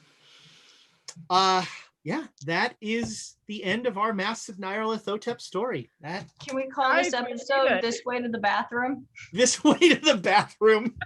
Yes. Yes. Yes. I'm really interested to see where you guys end up. I think that's gonna be awesome. In my head, there is a massive like mythos Cold War that continues between like all the nations of the world trying to get their hands on this stuff. Just because I think that's a cool idea. Wow. I'll run through the quotes real quick. I'm gonna be honest. The first like quarter of this game, I was enjoying it too much to even write down quotes. So I have there's no zombies. They were replaced by the fishmen. She turns up everywhere. Entirely too coincidental to be coincidence. I think we've had one like that already, isn't it? We have. I like that sentence, so I use it a lot. You brought it back. Fair warning, there's a dead man over here. I enjoyed that. That was a good one. Burial at Sea, which I thought was just a good episode title. Fire cleanses things. Like I've never been belligerent in my life. I enjoyed that one. When the time comes, it might be worth it. Does anyone have a knife? I don't believe anything. I enjoyed that. That was Emma's ethos in a nutshell. Yes. I don't believe anything. Let's let science work this out. That was also high. And it'll put your head back on your shoulders. That is kind of, you know what's unfortunate is that wasn't earlier, because we've also had one of those, except that, remember, what was it like, something about, like, what's the one about losing your head? Oh yeah, there was one. Gosh, yes. What was it? Yeah. We use that as an episode title. She lost her head, just so you know, or something like that. Yeah, I think that's it. Yeah. Thank you so much, folks, for hanging with us. Sorry we ran a little long. She's missing her body. That's what it was. That's right. She's missing her body. Yeah. She's missing her body. Just a heads up. And thank you, guys. This was amazing. And as I said in the beginning, I want to thank all the players. We've had several cast members that sadly are no longer part of the show, but they are a huge part of the show, and they're part of what helped this story. Next week, we will be here. We will be finding out where these characters are in 5 years. We'll be answering questions about the module. We'll be talking about the characters. We'll be, whatever you guys want to talk about, we'll be talking about. As I said, we'll also talk a little bit about season 2. And in January, the great, some variation of the Great Dane Society will ride again. Wow. It's just starting to hit me that. Yep. I can't believe it. We finished. Oh my God. So don't forget Monday, Dragon of Icespire Peak. If we get enough budget, maybe it's dragons. We're not sure, but right now we can't afford that kind of CG, so it's just dragon. Monday is Dragon of Icespire Peak. Then no Chaos Agents Tuesday. Saturday afternoon, 1:30, it's Rime of the Frost Maiden. Maybe it's Rhymes of the Frost Maiden. Those seem cheaper. I don't know. And then our clip show, which someone asked in the chat, are there actually clips? No, they're not actually clips. That's too much work. That is my sort of catch-all for that.